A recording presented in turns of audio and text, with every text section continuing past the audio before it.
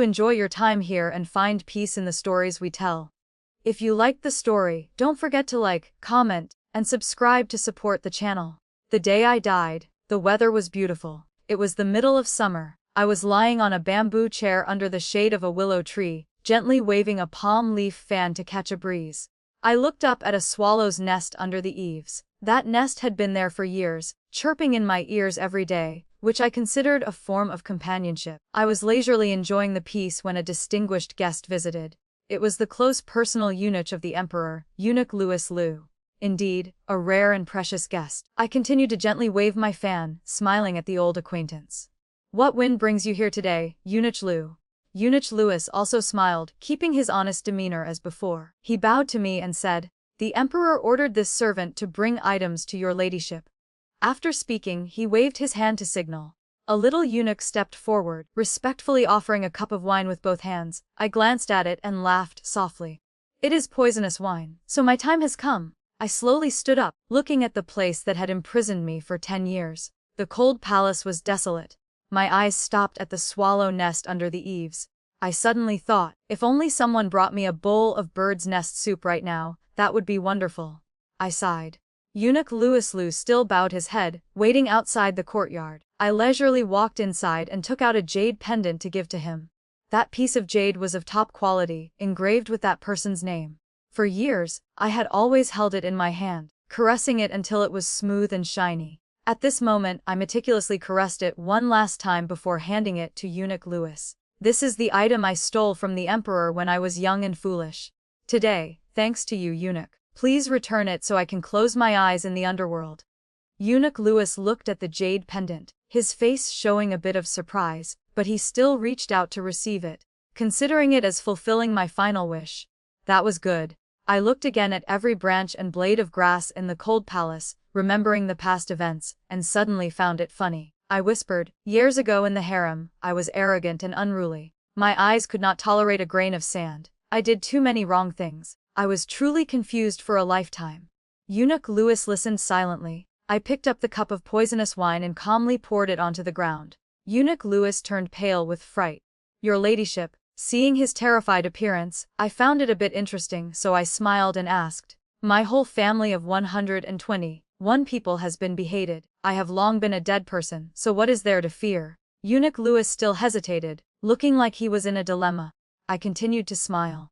"I have never disobeyed a decree before. I wonder if the eunuch can grant me this grace so I can taste it once before I die."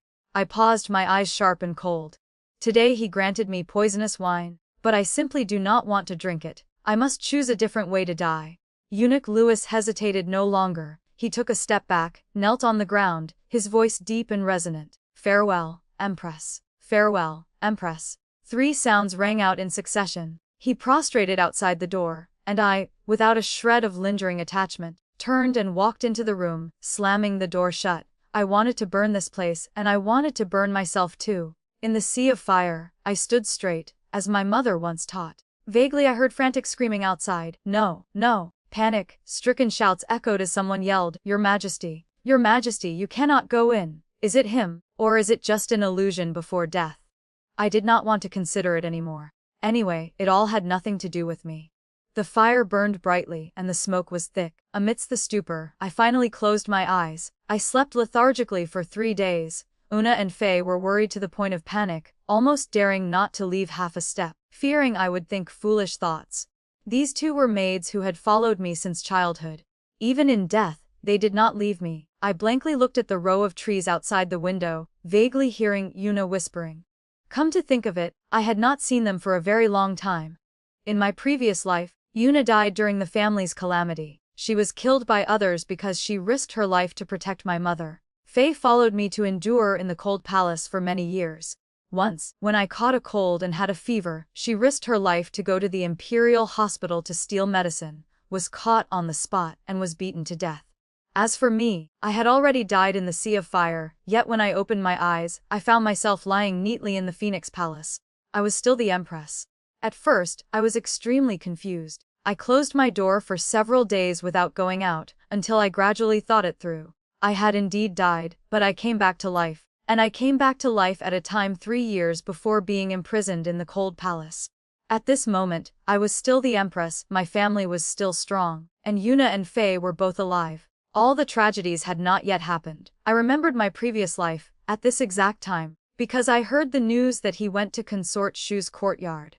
I was angry to the point of losing my mind. Although he explained many times that there was nothing between them, I still sulked and argued loudly, finally causing him to leave in anger. I closed my eyes. I was born into a family of generals. My father is General Walter Chen, the divine martial great general. My mother is a rare female general of Bailing. My elder brother and younger brother are both famous young generals. My uncles and aunts all have illustrious reputations. I am the only daughter, pampered since childhood. At 15, I married Adrian Feng. Back then, he was still a prince. As an empress, I had a jealous temperament. I wanted to monopolize the emperor's favor, and was criticized by the civil officials quite a lot. But I did that only because I naively believed that Adrian Feng loved me as I loved him. It was truly a joke for the world. At this moment, I was the one in power. No one in the harem dared to provoke me. I even dared to hit the emperor. The concubines both hated and feared me. And because of that, I unintentionally made enemies with too many people, courting disaster for myself. I did not understand why Adrian Feng did not love me, yet tolerated me for so many years. It was not until I was in the cold palace and heard the news that he was about to install a new empress that I suddenly realized he used me as a shield. Adrian is a deeply sentimental person. It is just that the person he has deep feelings for is not me, but another woman. The sky was beginning to brighten. I sat up, poured a cup of water and drank it all before pushing the door open to step out. Outside the door, Fei and looked at me in surprise. I just whispered, "Bring some food here, I am hungry." In my previous life in the cold palace, I had tasted enough of hunger and cold. I do not know why the heavens let me live again. If I were forced to die now, I would not be resentful. I just cannot bear to leave the people I love. Therefore, I must live well. I must live with the people I love. Una quickly presented the hibiscus cake that I liked the most. She has a gentle personality and a tall, slender figure. Behind her was Fei carrying snow lotus soup, nagging as she walked. "Your ladyship really scared this servant to death. If you still refuse to come out," this servant planned to break the door down. Una raised her eyebrows and scolded softly. "What nonsense is this silly girl talking about?" I waved my hand to signal it was fine, smiling at Fei. "Why don't you bring it over quickly? Do you intend to let your master starve to death?" Fei also grinned broadly, saying yes as she walked quickly. Yes, yes, yes. Fei is a clever girl with a petite figure and a lively personality. She dares to tease even the King of Heaven. Since childhood, I have liked this temperament of hers. Now seeing her standing alive before my eyes, my heart felt both comforted and pained. It was I who caused their deaths. The hibiscus cake I once craved in the cold palace tasted as tasteless as chewing wax today. I had only eaten half a piece when I did not want to eat any more, so I went to the lotus pond in the courtyard to watch the carp. Calculating the time, Adrian and I had been a cold war for 5 days. He refused to bow his head, and I did not bother to seek him out. Later, how we reconciled I had forgotten. This actually felt free, because I did not know how I should face him. During the days and nights in the cold palace, I had imagined countless times the scene of stabbing a knife into his chest to ask if he had a heart. But now, I seem wary. I did not even want to miss him anymore. Thinking of the swallow nest in my previous life, I suddenly wanted to eat bird's nest soup. In the evening, when Una brought it, I was about to eat it deliciously when Adrian arrived. Truly bad luck. Una and Fei hurriedly retreated outside. Outside the courtyard, Eunuch Louis bowed his head awaiting orders. I did not bother to raise my face. I just lowered my head and slurped a big mouthful of bird's nest soup. While eating, I intentionally made quite a loud noise. I could even guess Adrian's expression at this moment, but from beginning to end, I did not bother to look at him once. He sat down beside me and asked, still angry. I did not bother to answer, just kept my head down and continued eating. Adrian was not a patient person. Seeing my silence, he slammed the table, his voice heavy. "I see you are becoming more and more lawless. Today I humbled myself to come here, yet you still dare to show this attitude to me." I finished eating and wanted to wipe my mouth but did not see a napkin, so I casually raised my sleeve to wipe it once. Adrian clearly looked at me with disbelief and surprise. In the past, every time I heard news that he was coming, I would spend effort meticulously dressing up. Every gesture and word had to maintain etiquette, fearing he would detest and look down on the rude daughter of the military general. But now, I did not bother to care anymore. I raised my head to look straight into his eyes. He was still as he was in my memory, tall and handsome, exactly like the young man I met years ago behind the mountain of Qingquan Temple. Adrian pinched my cheek lightly, offering me a way out. He frowned, pretending to be angry, but his voice was gentler. Well, have you gone mute? I brushed his hand away, ignoring his stunned expression, and said, I am really not angry. You should go back. Now I was too lazy to even refer to myself as this concubine. I yawned, not looking at him anymore, and climbed straight into bed. Adrian indeed flew into a rage. I heard him shout angrily. You are truly bold. You dare to talk to me like this. You are truly relying on my favor to act willfully. I rolled my eyes. In my heart I thought secretly favoring me. Hemph, it is nothing more than you still need me as a shield. And dare not kill me yet. I lay on the bed and calmly closed my eyes. I am sleepy. When you leave, remember to close the door for me. Vaguely, I heard the sound of Adrian taking deep breaths several times to calm down, then throwing back a sentence in anger. If I come to Phoenix Palace again, I will not carry the surname Feng. When he left, he aggressively slammed the door shut. Ona and Fei ran in panic asking, Your ladyship, what happened? Why was the emperor so angry? I was already a bit drowsy. I closed my eyes, my voice soft. It is fine. You two go to sleep. I want to sleep too. The two were silent for a while, seeming to sigh, and finally closed the door gently. The next day, I woke up very early. Una and Fei had not gotten up yet. I ran a few laps around the courtyard, then took out the sword my eldest brother gave me to practice a few moves. Although I had not practiced for a long time, and my moves were a bit clumsy, after just a while, I regained the feeling. I had learned martial arts since childhood, but ever since marrying Adrian, to maintain the appearance of a dignified and virtuous woman, I had never touched a sword. Now holding the precious sword again, a surge of enthusiasm rose in my heart that I had not felt for a long time. Feeling a thin layer of sweat on my body, I took a deep breath of fresh air, and immediately felt refreshed. Una had prepared breakfast. I leisurely finished it when it was reported that consort Lucy Liu had come to pay respects. Una's eyes showed worry. I patted her hand, signaling it was okay. Consort Lucy is a person with a sour temperament and a petty heart. She likes to stab people in the back, and is considered a difficult character to deal with in the harem. It is just that in my eyes now, she is a bit stupid. In my previous life, she and I did not have much friendship. Back then, relying on favor, I looked down on everyone, and consort Lucy was among them. I did not know what she came to find me for today. I had not even changed my clothes yet, so I went straight to the main hall, thinking I would quickly send her away to have some peace. Consort Lucy smiled and curtsied to me. I gently waved my hand to dismiss the ceremony, casually sitting down on the main seat, looking down at her from above. Honestly speaking, the women in Adrian's harem were all beautiful. Consort Lucy in front of me had smooth white skin, a face like a peach blossom, and phoenix eyes that were proud yet seductive. Truly a supreme beauty. At this moment, that beauty looked at me, whispering sweetly, Did your ladyship just wake up? This concubine sees that your clothes have not even been changed yet. You. Fei clenched her fist. Almost I quickly held her hand down, looking calmly at consort Lucy. Yes. Consort Lucy was slightly stunned. It made sense. Normally, I would definitely lose my temper with her, but now I felt this matter was not worth bothering about. She quickly regained her amiable smile, but her phoenix eyes glanced sideways at me. This concubine heard that yesterday your ladyship and the emperor were sulking at each other, so I specially came here to advise. She spoke up to hear, then pretended to be shy. Actually, last night the emperor came to this concubine's place. His expression was not very good. Oh, so she came to show off. Consort Lucy waited with interest to see my reaction, but I found it extremely boring, so I put on an emotionless face. Okay. The smile on consort Lucy's face froze slightly. I just wished for her to leave quickly, but unexpectedly she pretended to be aggrieved. Does your ladyship not like that this concubine came? I replied briefly, yes. Fei could not help but burst out laughing. Consort Lucy's face immediately turned pale and stiff. She stepped back 2 steps, looking as if she had been heavily hurt. Fine. Since it is so, this concubine will leave. I was thinking whether I should say yes one more time, but consort Lucy had already pretentiously wiped her tears, turned around and left. Fei could not help but laugh out loud. Looking at her back, I thought indifferently, this word ice is truly a treasure to chase people away.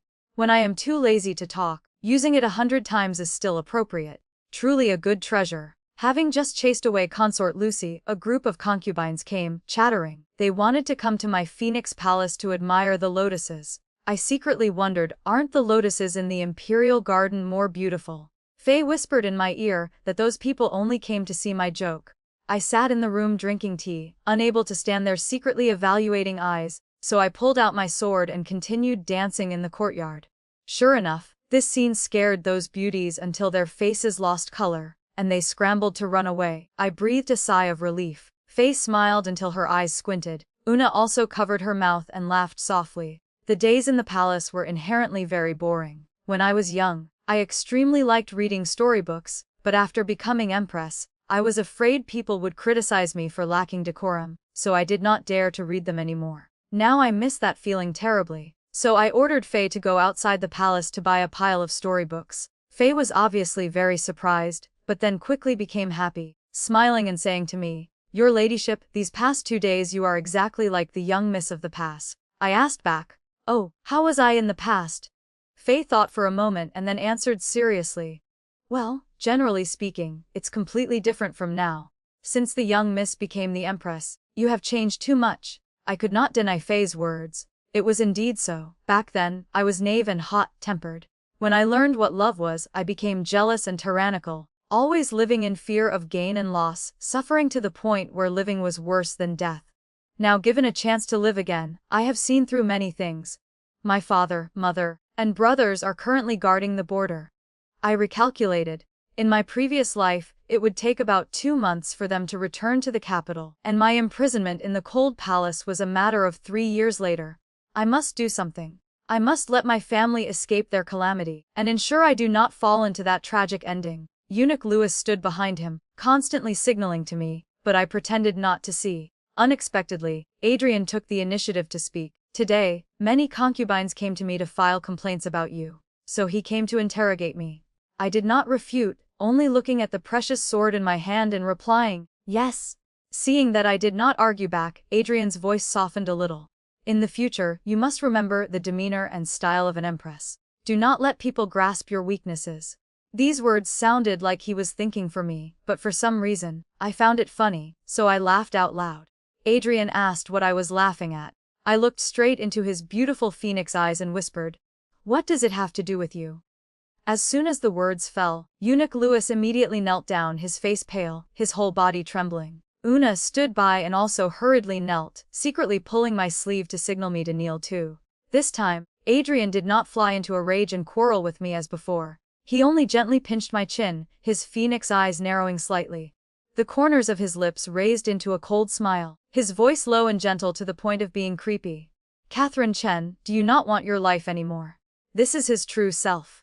Dangerous and cruel, hiding a knife in his smile. Exactly like in my previous life when he issued the decree to imprison me in the cold palace, and then ordered the execution of the entire Chen family. I calmly looked straight at him and replied, "Yes, that is right. Being your empress is worse than death."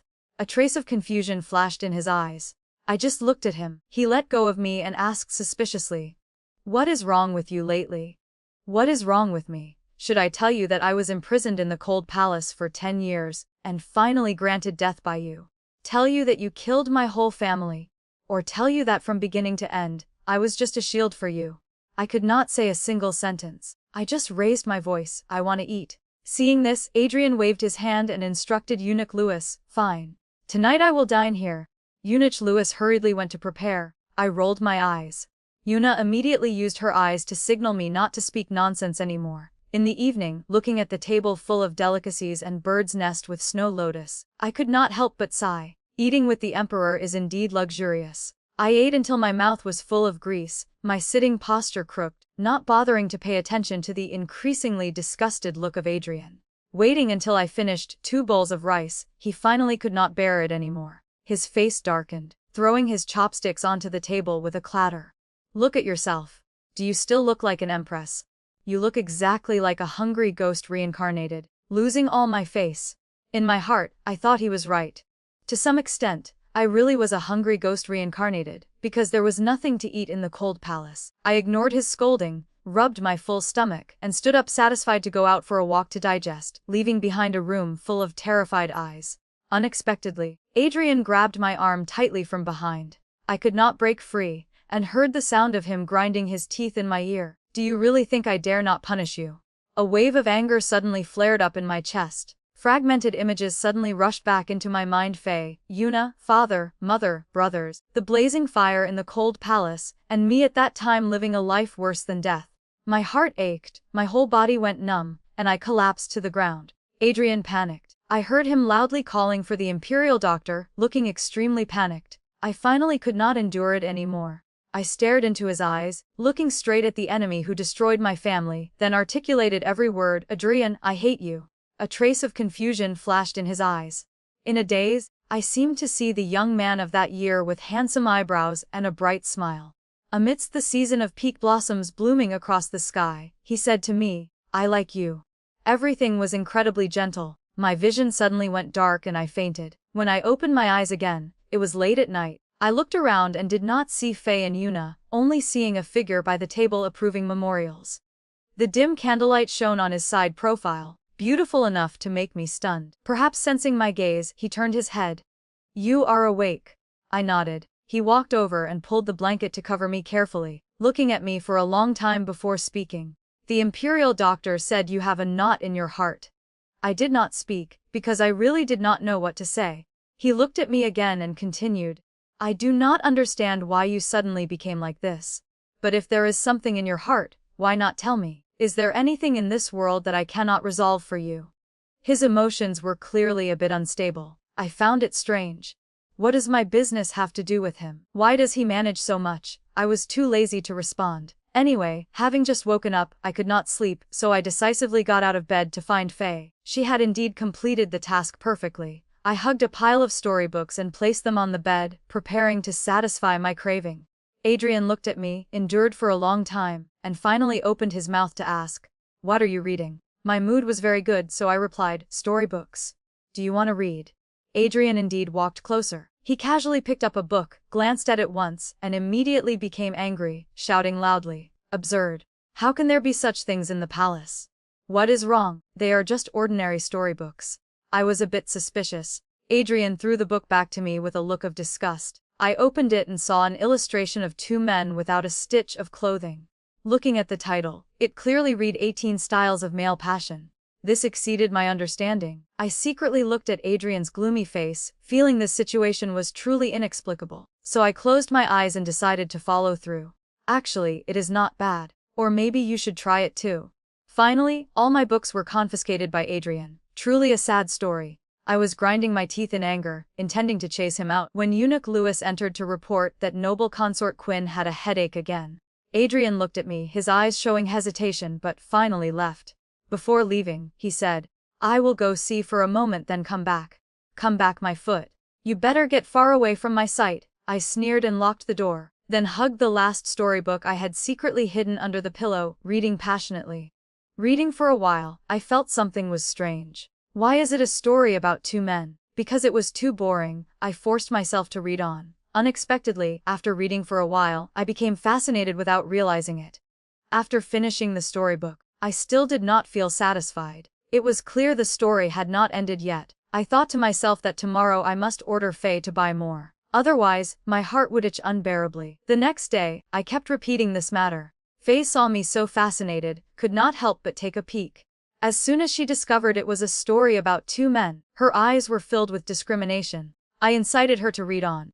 Sure enough, after finishing, she seriously asked to go out of the palace to buy books herself. Your ladyship, let me go buy for you. When we were at the general's manor, I did not allow Faye and Yuna to call themselves servants, because it sounded very distant. Now in the palace, when it was just us, everyone kept the old way of addressing, which felt comfortable. I happily agreed. Only Yuna stood by, rubbing her forehead, finally saying nothing more. I really did not expect Faye to be blocked by the commander of the Imperial Guards. The reason was that the Emperor temporarily did not allow the Empress and people in Phoenix Palace to leave the palace. Great. I was so angry I ground my teeth, hating that I could not scratch that bastard's face. Just as I finished thinking, Adrian's personal maid walked over, looking happy and saying, Empress, a double lotus has just bloomed in the Imperial Garden. The Emperor has ordered a banquet tonight to admire the lotuses. He ordered this servant to convey the message, inviting your ladyship to definitely attend. Oh, the double lotus blooming is a good omen rarely seen in 100 years. Especially in Bailing. Legend has it that this flower only blooms when a wise ruler appears once in 1,000 years. No wonder Adrian made such a big deal out of it. I nodded. The maid retreated. Una hurriedly chose clothes, and Faye pressed me down in front of the dressing table, carefully applying makeup. Waiting until the sky was about to turn dark, I finished getting ready. Looking up at the sky, I thought to myself, admire what lotus. Una put a light yellow phoenix robe on me. The hem of the skirt was embroidered with gold thread into auspicious clouds, embellished with brilliant patterns. I had not worn this kind of clothing for a long time. The long skirt swept the floor, looking truly magnificent. Faye had skillful hands, styling my hair into a phoenix bun, then inserting a silver phoenix-shaped hairpin slanted, with tassels sparkling. She opened the jewelry box and took out a pair of gold earrings set with pearls, intending to put them on me. I glanced and realized it was the birthday gift Adrian gave me last month. I shook my head slightly. That is enough. Faye and Una looked at each other, finally putting the earrings back into the box. I was distracted, so I arrived late at the banquet. Besides me, everyone was present. I calmly sat down in my seat. Beside me, Adrian snorted coldly, obviously very unhappy. You are truly bold. Such an important occasion, and you still dare to be late. I was too lazy to look at him, and did not answer. Suddenly I heard the honey, sweet voice of consort Lucy ringing out. Why did the Empress arrive so late today?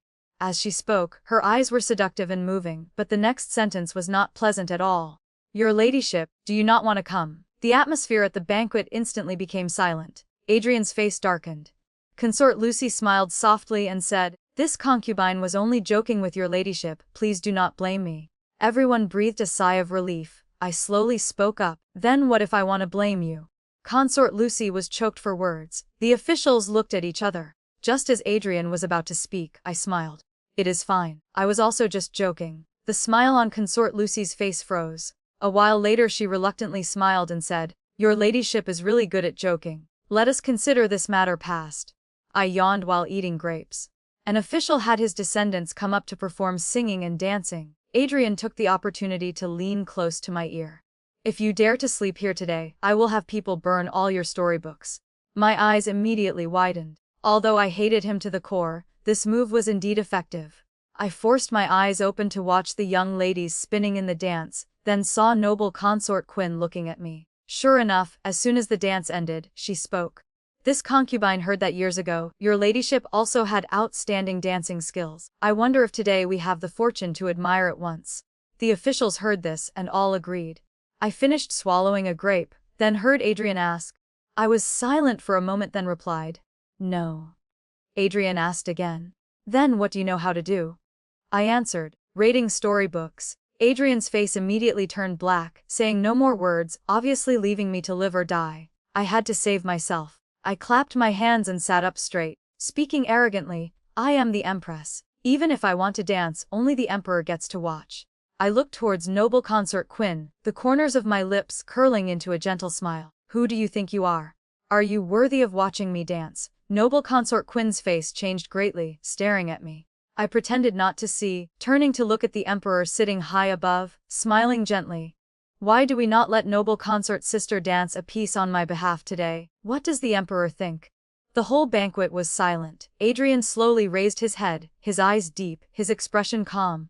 It seemed like a long time later that he spoke. The Empress is very right. I nodded with satisfaction. Worthy of being noble consort Quinn, her dancing skills were indeed a level higher than those young ladies. I ignored her gaze that wanted to eat me alive, leisurely enjoying this rare beautiful scene, feeling extremely satisfied in my heart. Adrian suddenly looked at me, slowly speaking. I really did not expect your tongue to be so sharp. Aha, let us consider he was praising me. After the singing and dancing ended, everyone went to admire the double lotus. The imperial garden was brightly lit, but I did not stand up. I just sat in place and drank the glass of wine in front of me dry. Looking at the blurry figures in the distance, I realized I seemed to be drunk, so I told Una and Faye to help me back. My mind started to get confused. Sometimes it was the previous life, sometimes it was this life. Walking back and forth, I seemed to return to the cold palace, seeing that great fire of that year again. I kept running very fast. as if someone was chasing behind calling my name, but I did not turn back, just kept running. Not knowing what I stepped on, my foot slipped and I fell forward, but was supported by an arm around my waist. I fumbled with the person's face, looking intently, finally recognizing Adrian. He said nothing, just carried me away. His steps were neither fast nor slow, making me feel very secure. Unfortunately, it was all fake. In my dizziness, I seemed to see the scene of my relatives being executed. There was my father, mother, elder brother, uncles, even my little cousin who was born less than a few months ago. I did not speak, did not struggle, just let the tears fall. The man gently holding me in his arms was the enemy who destroyed my family. This pain hurts to the very marrow. I reached out to hug his neck, leaning close to his ear, and whispered, "In this life I will never forgive you." Adrian's body stiffened, seeming extremely surprised. He stopped walking and looked at me, constantly calling my name, constantly saying, "Catherine Chen, look carefully, it is me." I looked carefully. I saw very clearly. Really, Adrian, I hate you. When I woke up, the first person I saw was Una guarding by the bed. Seeing me open my eyes, she hurriedly brought hangover soup, murmuring as she handed it over. "Drinking alcohol will definitely cause a headache. Drinking a little of this soup will make you feel better." I nodded. She seemed to want to say something. I glanced at her and she said, "Last night the Emperor did not say a word, just sat by the bed watching your ladyship all night. He only went to morning court this morning. Your ladyship, see if you should." She waited for me to continue, but I just calmly looked around and said, "I wanna wash my face." Una seemed to still want to say something, but seeing my indifference, she swallowed it back. There is still more than a month left until my father, mother, and brothers return. Every day and hour, every moment, I rely on this belief to persevere. The weather is getting hotter, just sitting makes me sweat. I waved my fan and ordered Faye to go to the imperial kitchen to get more ice. But just a while later, she returned, saying that the ice had been taken by other palaces. I had to tell the little eunuch in the courtyard to set up a temporary tent, then led Una and Faye to the cool pavilion in the imperial garden to sit. The imperial garden was deserted. I sat down on the stone bench, finally breathing a sigh of relief. The fish in the pond were fat, swimming around. Looking at them, I remembered when I was young and went catching fish with my second brother, Wesley Chen, in the river outside the city. Back then, after catching fish and returning home, shoes and clothes were all soaked. We would inevitably be scolded by our mother. Father just stood by laughing. My brother and I looked at each other, thinking to ourselves, he is clearly a majestic great general, yet standing before mother at home, he does not dare to utter a single word to defend his children. Thinking of this, I laughed. I am about to see them again. I am really looking forward to it. In this life, I can do without glory, wealth, jewels, and silk. I only hope for my whole family to be safe and reunited. Estimated to have sat for an hour, the sun was no longer harsh, so I went back. On the way, I met an acquaintance. "Oh, it is concubine Lillian Chang." She wore a simple white dress with light makeup. Seeing me, she was like a frightened little deer, her voice weak. "Greetings to your ladyship." Truly making people feel pity. I did not understand why I smiled. Just as I was about to tell her to rise, the beauty in front of me suddenly fell to the ground. I was stunned, thinking to myself, did the wind blow her down? It was not until I heard Adrian's voice behind me that I understood why. He slowly walked to my side, his expression unfathomable, his voice low, glancing at the beauty lying on the ground. Why did concubine Lillian fall? The beauty immediately had tears in her eyes, looking at Adrian with eyes full of affection, biting her lip and calling, "Your Majesty, it is." I cut off her words. The wind was too strong, she was blown down by the wind. Adrian. If this is the truth, why does he have such an expression? I even helped the beauty up, looking at her seriously, and advised sincerely, concubine Lillian must eat more. With a body this slender, if you are blown away by the wind, no one will be able to find you. Paffed. Faye standing behind burst out laughing. Una immediately glared at her. As for the beauty, she obediently lowered her head. Looking at her pitiful appearance, I laughed softly, my tone changing.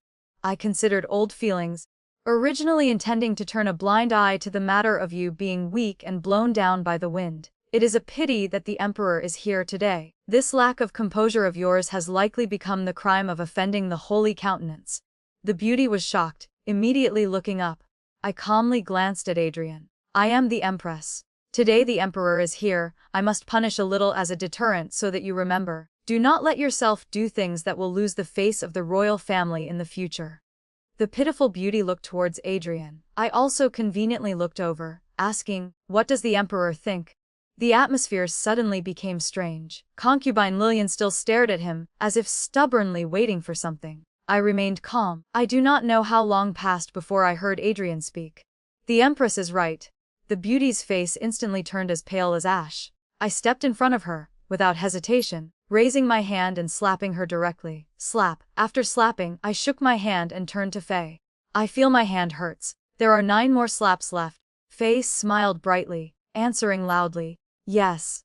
Faye's hands were inherently very strong. Letting her take action today was entirely because I wanted to see if such a delicate beauty would be broken by the beating. Amidst the loud slapping sounds, I glanced towards Adrian. He was looking at me without expression. In those deep eyes there seemed to be a wild beast about to tear me into pieces. Hemph. I suddenly remembered the past life. Concubine Lillian's real name is Lillian. She is the daughter of a concubine of the Minister of Justice. Since childhood she was oppressed by her elder sister. Once, when I went out to play with my second brother and encountered this, I took action to save her. Since then, she and I became close friends, confiding everything to each other. Even the fact that I met Adrian and decided to marry him, I told her. Then I indeed married Adrian, but I never thought that after Adrian ascended the throne, she would enter the palace as a concubine. I believed she did so reluctantly. Until her sister came and told me that the person entering the palace was supposed to be her sister. But Lillian poisoned and destroyed her sister's appearance to seize the opportunity to enter the palace. Although I was half believing and half doubting, from then on our friendship cracked, no longer close as before, only remaining cold courtesies. It was not until I was imprisoned in the cold palace that I believed her sister's words. Lillian is exactly a venomous snake. I do not remember clearly which year in the cold palace it was. That day a new little eunuch arrived, named Bowie. He was still very naive. Seeing my miserable state, he secretly brought me food every day, and even talked and sang opera for me to hear, making me laugh many times. But then the matter was discovered. Bowie was discovered and beaten to death by Lillian's people right in front of the cold palace door. That day, I was pinned to the ground by guards, the corners of my eyes about to split from resentment, helplessly watching his blood dye the steps red. Amidst the spinning world, I saw Lillian wearing a noble phoenix robe, standing in the distance, smiling a smile more poisonous than a viper. That is right. Lillian is the Empress, the person he loves most in the future. I ground my teeth tightly, my whole body trembling. Anna hurriedly squeezed my hand. I regained my senses looking at Lillian's swollen red face and bleeding mouth corners. I asked coldly, "Do you remember it yet?" Lillian did not look at me, but looked towards Adrian in the distance, as if losing her soul, whispering, "This concubine knows my mistake." I laughed coldly and walked towards Adrian. He was still looking at Lillian. I pretended not to see. I said, "This concubine bids farewell." His eyes were complex, and he nodded slightly. I turned and left, secretly admiring in my heart Adrian is indeed an extremely patient person. Today I touched his treasure. I originally thought he would reveal a flaw, but unexpectedly from beginning to end, his expression did not change.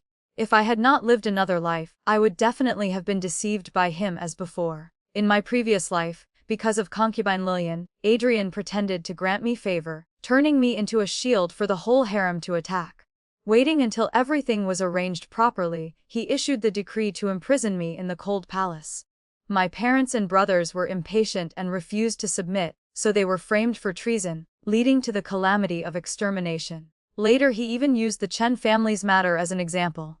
When he abolished the 6 palaces to only have the person in his heart by his side, no one dared to oppose. He calculated for so many years, finally achieving his goal. It cannot be said that it was not successful, but their complete love was built on the white bones and red blood of the whole Chen family, soaked in unjust souls. Every inch of land rumbled with crying sounds. I suddenly closed my eyes, squeezing Yuna's hand tightly. She did not understand what was happening, only gently patting to comfort me. Looking into the distance, I thought firmly, having been reborn, I must definitely change everything, making them pay a very heavy price. That night, when I was about to go to sleep, Adrian arrived. At this time it was too late to close the door. I neither paid respects nor spoke, just lying straight on the bed. Adrian sat down at the table, drank a sip of water, and then said, "Why are you so serious today?" Completely unlike usual. I laughed coldly. "Only now does the Emperor feel sorry. Do you not see it is already too late?"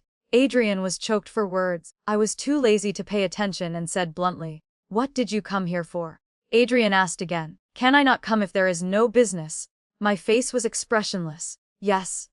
A long while later, he seemed to sigh helplessly, his voice sounding like he was backing down with me. "Catherine Chen, what exactly is wrong with you lately? I do not know where I offended you to make you hate me so much." I did not expect Adrian to be able to say such humble words. Honestly speaking, it was indeed a bit surprising. But before I could open my mouth, he asked again, "What exactly do you want?" I did not hesitate at all. "I want a gold medallion for immunity from death." Seeing him not answer for half a day, I curled my lips into a cold smile. "If you cannot give it, then please get out. Anyway, the second thing I want is to never have to see you again in this life." After that, I indeed did not see Adrian again for more than half a month.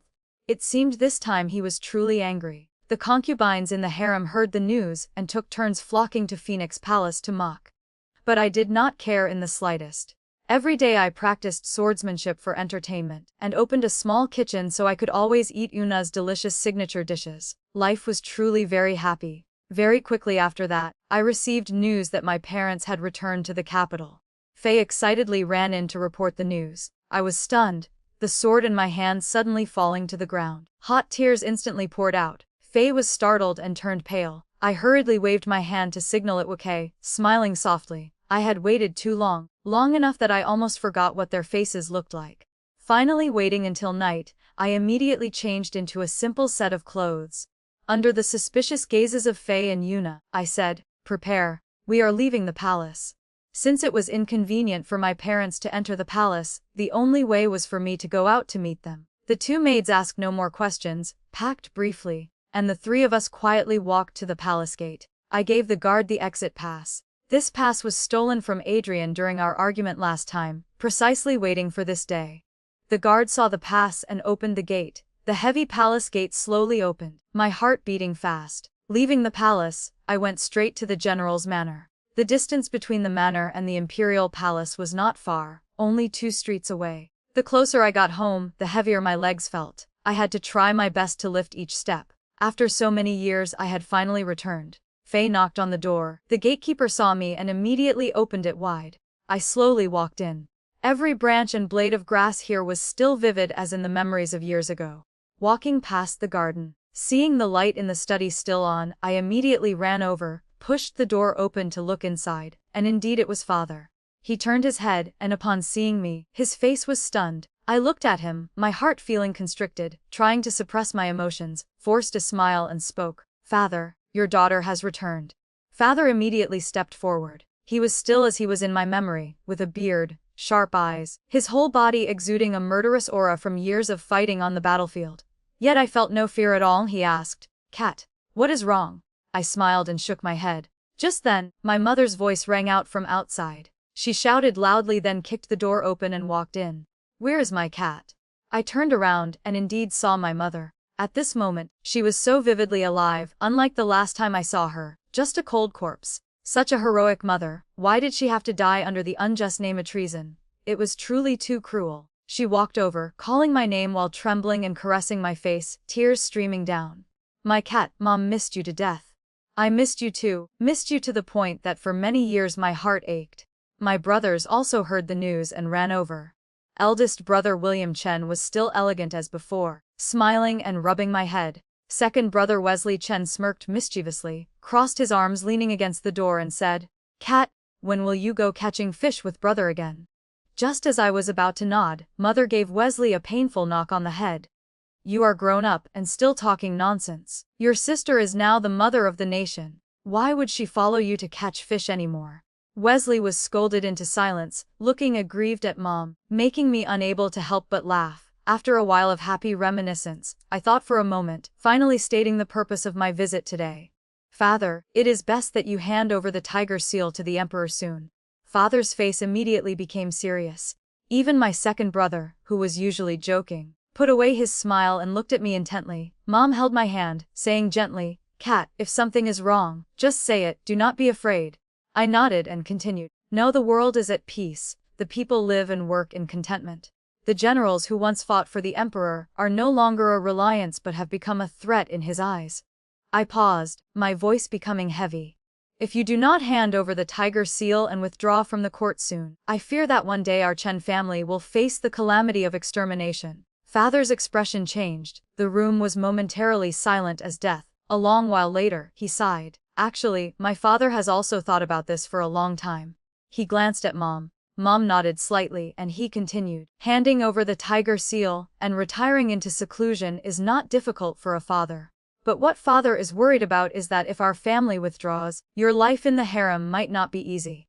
I knew early on he would say that. In the previous life, if not for me, how could they have died so unjustly? The pain rising in my heart was hard to control. After composing myself for a while, I said, "It is fine, father. I have long since not wanted to be this meaningless empress anymore. Wait until you withdraw, I have my own way to manage." I lowered my head, my voice soft. "I am sorry." Mom heard this and held my hand tightly. "Kat, is there someone bullying you?" Eldest brother William said firmly. "Kat, if there is any grievance, just tell my brother. Even if I have to risk this life, brother will demand justice for you."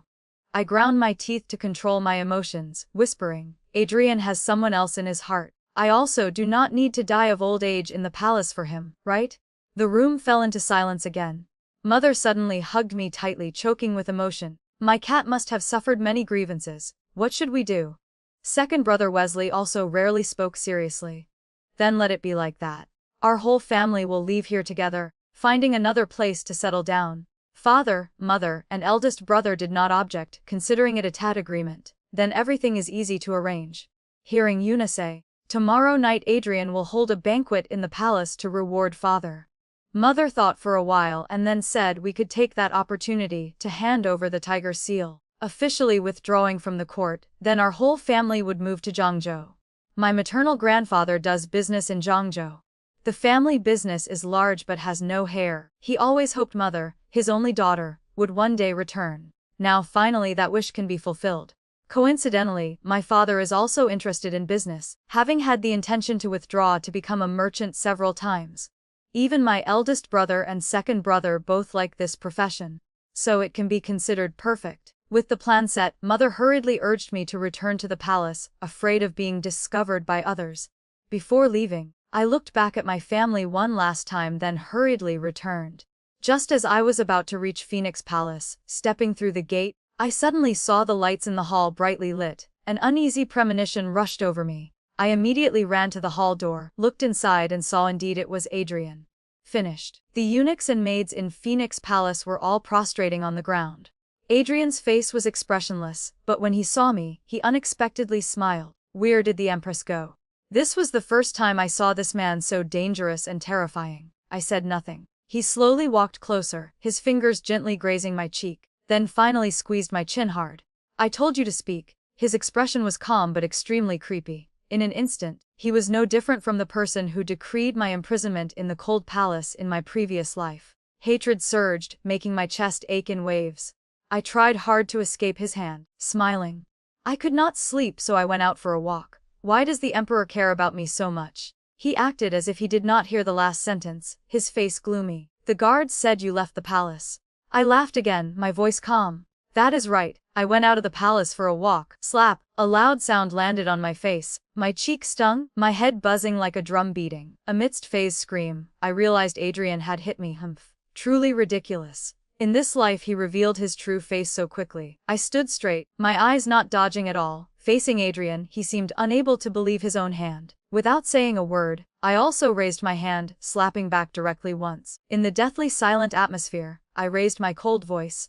"In this world, the person least qualified to hit me is you." Adrian did not get angry as I thought. He just slowly turned his head back, then suddenly hugged me tightly, dragging me straight into the hall. I was thrown onto the bed, the door slammed shut.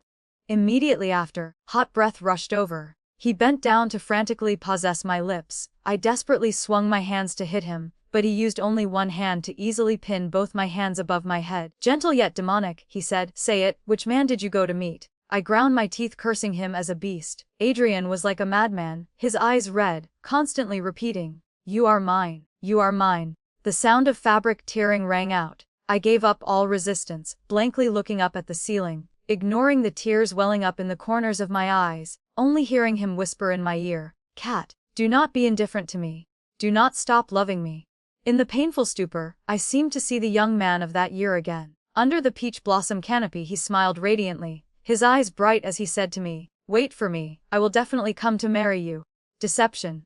It was all a deception. The first time I met Adrian, I was only 8 years old. That day I ate walnuts and my face broke out in a red rash. Mother just happened to want to go to Qingquan Temple to offer incense. I did not want to go, but could not sway her, so I had to bring a veil to cover my face. Arriving at the temple, Mother sat chatting with the monks. I waited too long and got bored, so I secretly sneaked out to the back mountain. Qingquan Temple was truly worthy of being a famous temple. The back mountain was extremely vast, even usable for hunting. I walked while yawning, looking up at the sky, thinking secretly, if the second brother were here, surely the two of us would have hunted a few birds. Just as I intended to climb a tree to admire the scenery, a clear voice rang out behind me. "Whose young lady are you?" Oh, I turned around and saw an extremely handsome young man. He had long narrow peach blossom eyes, elegant clothes, the corners of his lips always carrying a smile, his eyes looking intently at me. I did not know why my face suddenly flushed red, my heart was like a small rabbit jumping disorderly, my mouth stammering. What does it have to do with you?" In my heart I secretly regretted it. If only my face did not have a rash today, how good that would be. That young man still smiled and asked me, "Do you intend to climb the tree?" I nodded slightly. He said, "Climbing trees is somewhat dangerous after all. How about this, I will lead you to another place." I hesitated a bit, looked straight into his eyes, asking warily, "Are you a bad person?" The young man paused for a moment, then laughed heartily, replying, "Nothing of the sort. You are the loveliest girl I have ever met." My face turned bright red again. I tiptoed behind him. The path was a bit rugged. I stumbled a little, my head bumping into his back. Just as I was about to get angry, he turned around, removed my hand from my forehead, carefully examined it and asked, "Does it hurt?" The anger in my heart instantly vanished completely. Finally he led me to a cool pavilion. That cool pavilion was built quite high. From here one could see the open scenery in the distance. I sat on the stone bench swinging my legs, suddenly hearing him ask, "What is your name?" I humphed, not understanding why I felt shy, so I replied, "Not telling you." He laughed again. "Not even willing to reveal your name? Then I fear your appearance is even less likely to be seen. However, what?" My heart felt like a cat scratching. He looked at me, his eyes full of unspoken words. "Next time we meet, I will definitely recognize you." Himph. I do not believe it. Not long after, he wanted to take me to leave. While going down the mountain, the steep path was a bit slippery. The string of silver bells tied at my waist kept jingling. He did not ask anything but proactively held my hand. By reason, I should be angry. But strangely, a strange joy rose in my heart. I only struggled lightly symbolically, then heard his refreshing laughter ring out ahead. Reaching the last step, I stumbled again, almost falling, panicking and grabbing his shirt. He hurriedly supported me to stand steady. Just as I stood steady, I saw a jade pendant on the ground. It must be his. Probably I pulled it off just now. I did not speak. Taking advantage while he was not paying attention, I quietly picked it up. The jade pendant was of first-class quality, engraved in the middle with the character Feng, wind maples, referring to Adrian, surely his name. I put the jade pendant on me, thinking with peace of mind, next time if he does not recognize me, I will take the jade pendant out to return it, conveniently mocking him once. Before I finished calculating in my head, he suddenly stopped walking. Right in the spring month of March, peach blossoms bloomed across the sky. He smiled, his eyes full of gentleness. "I like you. I want to marry you." After that day, I asked my mother if there was any young master in the capital whose name contained the character Feng. Mother thought for a moment and said, "I fear there is only the second prince, so he is a prince. His name must be Adrian." Adrian, truly a pleasant-sounding name. I told my mother, "Mom, in the future I must definitely marry him." Mother only considered I was joking, smiled and rubbed my head then left. I was very serious, but my mother did not believe me. I was a bit sulky. Just then Lillian came to find me. I happily pulled her over, telling everything from beginning to end about what happened at the back mountain that day. I hoped she would rejoice with me. Unexpectedly she was silent for a very long time. I pushed her once, she seemed to wake up and ask, "What clothes did you wear that day?" I found it strange, but still said it was the red dress I usually wore. And there was the string of silver bells my eldest brother made by hand to give me. I showed her the string of silver bells on my clothes. She nodded. After that I dragged her to the street, wandering for a whole day. When I returned home I was tired to the point of falling down and sleeping soundly. Waking up the next day, I discovered the string of silver bells was nowhere to be seen. I turned the whole room upside down but could not find it. So be it. Eldest brother saw I was sad, so he gave me a precious sword. After the coming of age ceremony, my parents started worrying about my marriage, but I was determined. Besides the second prince, I would marry no one else.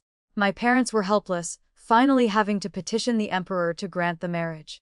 On the wedding day, I was extremely happy. When the young man I had longed for lifted the veil, I gazed at his now more mature appearance, his handsomeness. He smiled and said, "Adrian, do you still remember me?" In my expectant gaze, he also smiled faintly and replied, "Of course I remember." Then his kiss fell. It was not until I was imprisoned in the cold palace that I understood he did not remember. He clearly had forgotten. Forgot that he once held my hand, once said he liked me, once promised to marry me. He had forgotten Catherine Chen completely and thoroughly. Currently, I am under house arrest by Adrian. A few days ago, Adrian held a banquet to celebrate my father's victorious return. According to the plan, father presented the tiger seal and requested to retire and return to his hometown. Adrian was silent for a moment, then immediately agreed, making father break out in a cold sweat. It seems the emperor had started guarding against him long ago. If this time he had been a little slower, I fear the entire Chen family would have met with disaster. After Fei finished recounting this to me, I finally could breathe a sigh of relief. Waiting until my parents and brothers arrive in Zhangzhou, they will no longer have to face danger. The calamity of extermination from the previous life, up to this point, can be considered avoided. I asked Fei to send a letter home, telling them to depart as soon as possible, and I would follow later. Fei said mother planned to depart the day after tomorrow. I looked forward day and night to them leaving the capital, but when that day came, because I was under house arrest, I could not go to see them off. That night, Yuna told me that my eldest brother and my parents had already departed, while my second brother stayed at an inn in the capital to wait to go with me. That is fine too. Anyway, I am about to leave soon. Although the half-month confinement was finally lifted, I no longer had any interest in going out. Every day I stayed in my room calculating the escape route. Since that day, Adrian had never stepped foot into Phoenix Palace, and I was happy to have peace and quiet. The concubines like consort Lucy Liu and noble consort Quinn took turns coming to add insult to injury, which I found annoying, so I locked the palace doors. These days were perhaps my happiest days. The biggest threat had been removed and my family was safe. Father only needed to truly withdraw from the court, and since my uncles and cousins were all civil officials, nothing serious would happen anymore. As for me, the worst outcome would just be death, which I did not fear at all. A few more days passed, and Adrian suddenly arrived. Una hurriedly woke me up. I rubbed my eyes and sat up, only to see him standing right in front of me. His eyes were deep and calm to the point of being cold. I said nothing, nor did I move, just sat there blankly. A long while later, he finally spoke, his voice still pleasant as usual, only it seemed to carry a bit of caution. "Do you hate me very much? Is such an obvious thing still worth asking?" I rolled my eyes, too lazy to hide it anymore, and frankly laid my cards on the table. "Whether I hate you or like you does not seem very important, does it? After all, does the emperor not already have someone in his heart?" Adrian was stunned, his face gradually becoming dangerous. I looked at him calmly. He slightly curled his lips into a smile. "What are you saying?" I did not bother to explain. I stood up, took the sword placed by the bed, and leisurely practiced a few moves. Adrian did not leave either, just stood there quietly watching. After practicing, he still looked at me and suddenly said, "I will take you out of the palace, do you want to go?" Going out of the palace. Honestly speaking, I wanted to go a bit, but I did not want to go with him. So I said, "Or let me go by myself. The emperor is busy with government affairs, I fear I will delay your important matters." Adrian smiled softly, his expression extremely gentle, but that smile disappeared very quickly, his eyes locking onto me. "Catherine Chen, do not push your luck." Finally, Adrian still took me outside the city. That place had green trees, birds chirping, and grasslands spreading like a carpet. I lay down on the grass, looking up at the blue sky and flocks of birds flying past. Adrian also lay down beside me. At that moment, my heart was extremely peaceful, and I no longer had the energy to be angry with him. Yet he suddenly spoke, "Cat, do you not like me anymore?" From afar came the sound of children laughing and playing. I remembered when I was young, running around everywhere with my second brother. At that time I did not like Adrian at all. I was unruly like a boy, fearing nothing like now. I wanted to return to those old days. Not knowing how to answer him, I remained silent for a long time, then smiled softly and said, "Do you not also dislike me?" Adrian was silent for a long time. I lay for a while, then started to feel drowsy. In a semi-conscious state, I seemed to hear him whisper, "I do not know." I suddenly opened my eyes and sat up. Adrian seemed surprised and asked, "What is wrong?" I looked up at the sky and said, "Should we go back?" Adrian lazily glanced at me, then taking advantage of my lowered guard, he pulled me down into his arms, smiling leisurely. No rush. Instinctively I wanted to struggle free, but he revealed no emotion, only tightening his embrace. I struggled with all my strength. Adrian suddenly slapped my buttocks once, his voice husky. "Do not move." If not for fear of losing my head, I truly would have wanted to kill him. I had to reluctantly give up. Since being reborn until now, he and I had always been opposed like water and fire. There had never been moments of peace together like now. At this moment, Adrian was not like an emperor holding the power of life and death, but like the young man in my memory of that year. Not understanding why, I wanted to ask him, "Adrian." He closed his eyes, the corners of his lips curving comfortably. "Yes." "Do you remember the little girl at the back mountain of Qingquan Temple? Do you remember once saying you liked her? Do you remember once promising to marry her? Do you remember her voice and personality?" There were too many words I wanted to say, yet I seemed to become mute. Everything stuck in my throat, finally only able to whisper an extremely dull sentence. "Nothing. It is really nothing. Because I am about to leave the capital to go to Zhangzhou. These things also have nothing to do with me anymore." That night, when Adrian and I just returned to the palace, Eunuch Louis ran over in panic. "Your Majesty, concubine Lillian has had a high fever for 2 nights without subsiding. This servant fears." Before he finished speaking, Adrian's face changed greatly, becoming gloomily terrifying. I watched him silently. Just as I predicted, he said not a word, decisively turned around and left. Eunuch Louis looked at me awkwardly. I just smiled and waved my hand. "Follow your master. I can return by myself." He hurriedly bowed once and then rushed after Adrian. When I returned to Phoenix Palace, Yuna and Faye were cooking in the small kitchen, the aroma wafting out extremely enticing. I sat down at the dining table and waited. Faye secretly approached, whispering to ask me, "Your ladyship, the emperor?" I drank the cup of water dry and laughed coldly once. Of course he went to accompany the person in his heart. After eating, I lay on the bed reading storybooks again. It was still that same book. I had read it over and over dozens of times. Although I really wanted to know how the later part of the story would unfold, I had no chance to go out and buy more. Today, going out with Adrian made it even more out of the question, so I had to temporarily read to satisfy my craving. Wait until I successfully escape the palace. I will definitely buy dozens of books to read slowly. Let us see who dares to stop me then. I was engrossed in reading the old plot details when I suddenly saw the light in front of me go dark, as if someone was standing blocking it. I thought it was Faye, so without raising my head I said, "You go to sleep first, I will read a bit more then sleep." Faye did not answer. I found it strange, so I raised my head and was stunned. It was Adrian again. Reflexively I immediately stuffed the storybook under the blanket, hoping to save its life. But Adrian was faster. 2 fingers lifted the book up. After glancing at it once, he frowned in contempt. A dignified empress reading this kind of book, truly corrupting morals. I thought to myself, this old lady is about to quit anyway. But on the surface my expression did not change, only smiling a cold smile. "Did the emperor return from Concubine Lillian's palace? How is it? Is she dead yet?" Adrian paused slightly, casually throwing the storybook aside, his expression unfathomable. "What did you just say?" "It seems she is not dead." Honestly speaking, I was a bit disappointed. Adrian just stared at me like that. I did not provoke him anymore, changing the subject.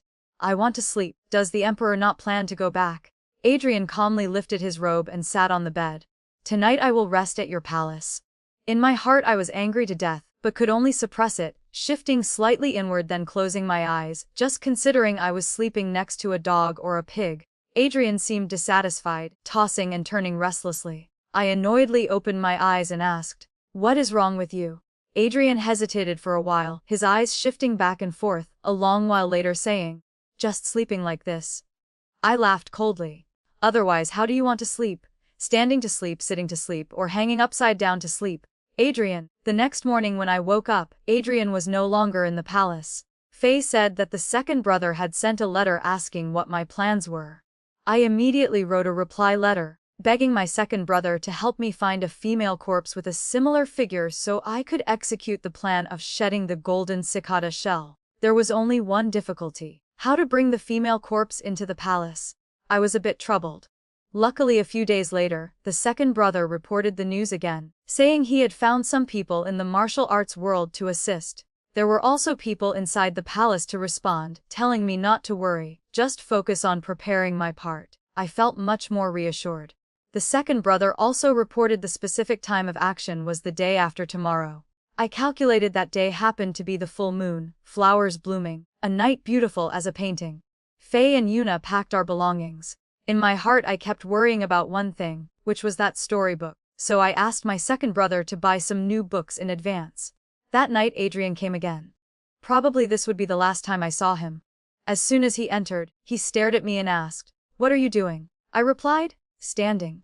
Adrian sat down at the table, pouring himself a glass of water. I suddenly remembered the jade pendant that Faye found while packing today. I had kept this thing for too long. In the previous life I was helpless and could not return it myself, only able to ask someone else to return it for me. Now in this life it should be returned by my own hand. I went to the cabinet and rummaged for a while, then picked up the jade pendant. Just as I was about to open my mouth, Adrian suddenly spoke. "Concubine Lilian Chang's maid accused that recently you have been skimping on her food and drink, causing a dignified concubine to not even be full at meals. Is there such a thing?" His question did not carry a harsh tone, but it made my hand holding the jade pendant gradually droop. Worthy of being Lilian. Always able to turn black into white, always having a way to push me into a situation where reason is hard to argue. Perhaps seeing Adrian frequently coming to my place recently made her feel her position was shaken. What is she afraid of? After all, this man only has her alone in his heart and eyes. I am not jealous or envious, and now I can even less threaten anyone.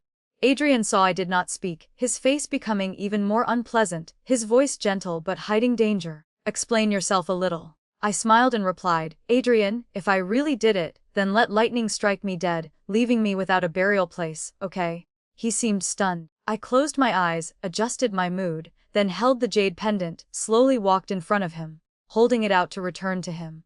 He looked at the jade pendant, then looked up in surprise, asking in disbelief, "Where did you get it?" I curled my lips into a cold smile.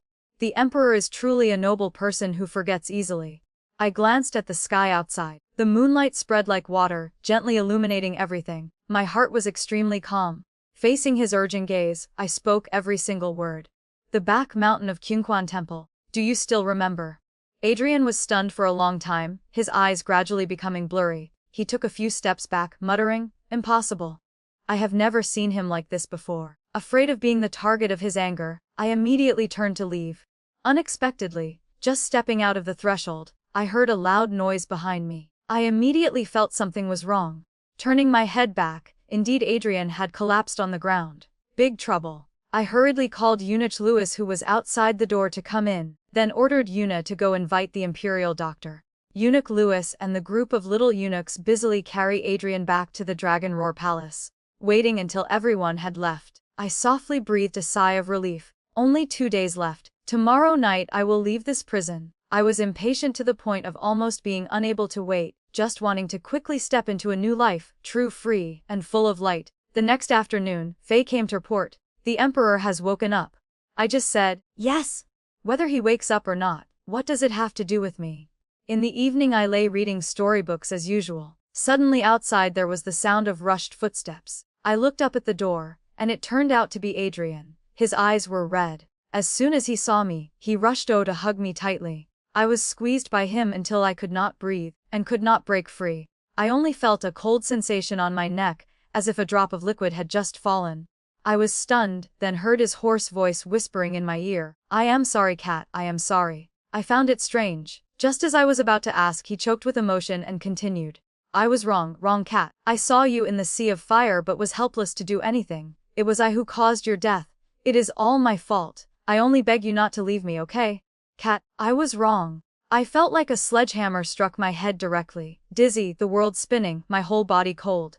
My hands that were hitting him also dropped powerlessly. He remembered. But what is the use now? It has absolutely no meaning. He completely does not need to apologize, because I do not forgive. The words Adrian said, naturally I did not take to heart. Anyway, tomorrow night I will leave. I was impatient to the point of almost not being able to wait until dark. Everything was prepared. Waiting until it was completely dark, several men in black quietly broke into Phoenix Palace. They were martial arts friends of my second brother. Sure enough, they brought a female corpse. After putting the corpse down, they immediately left. I told Faye and Yuna to carry luggage on them, then personally put the bracelet I usually wore onto the female corpse's hand. After that, without a shred of lingering attachment, I set fire to burn Phoenix Palace down. In the sky, filling sea of fire, I felt like I had cast off the heavy shackles that had clung to me for so many years. In the previous life, to escape Adrian, I burned the palace. In this life I still did the same. The only difference is, in the previous life I ran towards death, while in this life what awaits me ahead is a new life. Just leaving Phoenix Palace, Faye, Yuna and I met a little eunuch leading a horse carriage waiting ready. Seeing me, he bowed and said, "Servant Bowie was instructed by young General Chen to come here to respond to your ladyship." Bowie. I immediately stepped quickly to look. Indeed it was Bowie. I burst out laughing until I almost shed tears. He was bewildered for a moment then said, "Your ladyship, quickly get on the carriage. We must take advantage of the time the soldiers change shifts at the palace gate to leave." I dared not delay, immediately climbing onto the carriage with Faye and Yuna. This was a carriage specially used to transport waste out of the palace at night, but it must be a new carriage. The inside was quite clean. The palace gate was in the middle of a shift change. The soldiers saw the carriage, covered their noses and hurriedly waved for it to go, shouting loudly, "Go quickly! Go quickly!" Bowie shouted loudly once then drove the carriage away. The carriage did not stop, running straight to the forest in the suburbs before stopping. As soon as I stepped down from the carriage, I saw my second brother immediately. He was leaning against a tree trunk, looking dashing and elegant. Seeing me, he winked. "Cat, brother is taking you home. From now on you are free to catch fish, no one forbids it anymore." I burst out laughing, nodding repeatedly, tears suddenly pouring out. Truly good. Just being with everyone is the greatest blessing. We traveled non-stop straight to Zhangzhou, finally arriving early in the morning of the third day. Mom was standing watching at the door. As soon as she saw our carriage, she immediately rushed out to welcome us. As soon as the carriage stopped, I could not wait to jump down, diving straight into Mom's embrace. Not far away, father and eldest brother stood watching, their faces clearly showing joy. Maternal grandfather saw the family business had someone to take over and was extremely satisfied, leisurely returning to the countryside to recuperate. Mom said at the end of the year we would bring him back, so the whole family could celebrate the new year together. Looking at the sumptuous meal table, I was like a hungry tiger, just lowering my head to eat voraciously. While eating I nodded repeatedly because the flavor was so familiar. Mom was afraid I would choke, hurriedly patting my back gently. Slow down, slow down." I accepted that rare warmth, my nose stinging, almost shedding tears. For so many years I have lived too tiredly. Now finally I can live like a normal person. At night when preparing to sleep, just as I closed my eyes, I suddenly remembered an extremely important matter. I startled and sat up, put on slippers and ran flapping to my second brother's room. Wesley looked at me with a confused expression. I giggled a few times, winked repeatedly and whispered, "Brother, did you bring the storybooks I asked you to buy?" Wesley rolled his eyes completely white, slowly opening the luggage bag he brought. Inside was a stack of storybooks arranged neatly. My eyes immediately lit up. I rushed to open a book to check. Indeed they were the volumes I had longed for day and night. "Thank you, brother."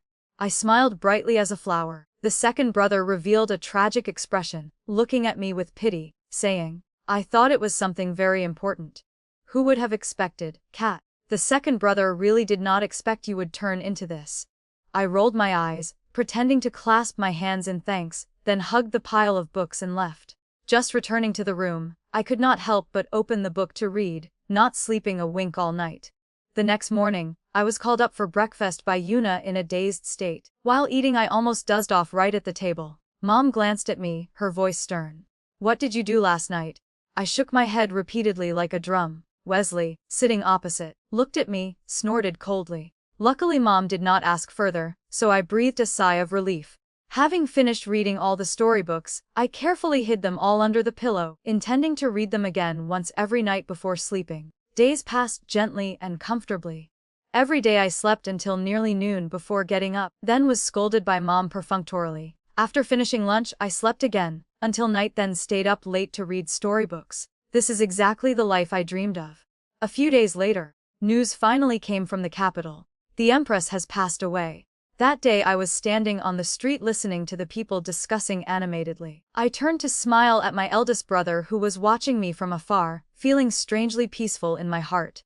Recently my eldest brother and second brother became increasingly busy. I was not very interested in business, so I did not want to participate. That day, Wesley excitedly brought back a bolt of fabric saying it was the shop's newest type called Gigi silk, telling me to try wearing it. I felt the fabric quality was indeed very good, so I asked the shop owner to tailor a set that fit me. Unexpectedly, the owner was also fascinated by this fabric, so he ordered a large quantity in advance. Before long, Gigi silk became famous throughout Zhangzhou. Father grinned ear to ear every day, walking with his chest out, his spirit soaring. Later I learned, it turned out that idea was my father's. Orders for Gigi silk became more and more numerous.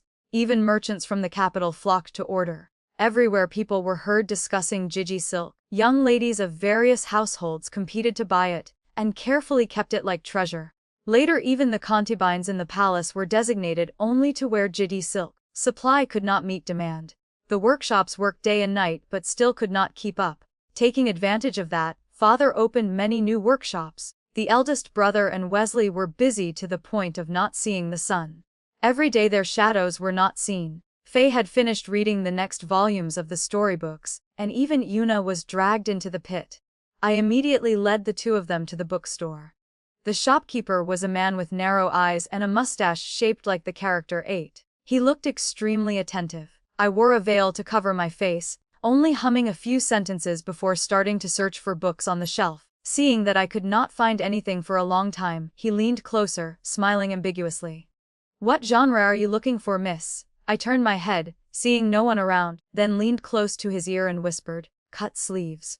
He revealed an expression of as expected, his fingers twirling his mustache, nodding smugly. "Then you cannot miss the latest work of Master Cecil." Master Cecil. Faye and I glanced at each other. Seeing her eyes seem to glow, I had to ask stiffly, "Who is that?" The shopkeeper glanced at me mysteriously, then took out a book from the bottom row of the shelf and handed it to me. I looked at the cover. On it was written "Sleepless Tonight." I flipped through a few pages. Before I could even read the words, I was dizzy from the bold illustrations inside. My face turned purple with embarrassment. I immediately closed the book, leaned into the shopkeeper's ear, and whispered, "I will take the whole set." The shopkeeper smiled until his eyes crinkled with satisfaction. We hugged the stack of books back to the manor. Faye was extremely excited, constantly urging me to read immediately. Even Yuna showed no less impatience. So I stayed up all night again. This time there were 2 more girls. Master Cecil is indeed a god-like figure. He can write stories that make people both fascinated and sobbing, beautiful but not vulgar. After finishing the storybook, I handed it to Faye. The next day, as soon as Mother saw the 2 dark circles under my eyes, she immediately grabbed my ear, saying angrily, "If you still stay up late reading those nonsense things, see if I do not skin you alive." I panicked, hurriedly lowering my head to admit my mistake. Strange. How did Mom know? I suddenly had a mischievous thought. At night, I took the storybook I had just finished reading and placed it in my mother's room.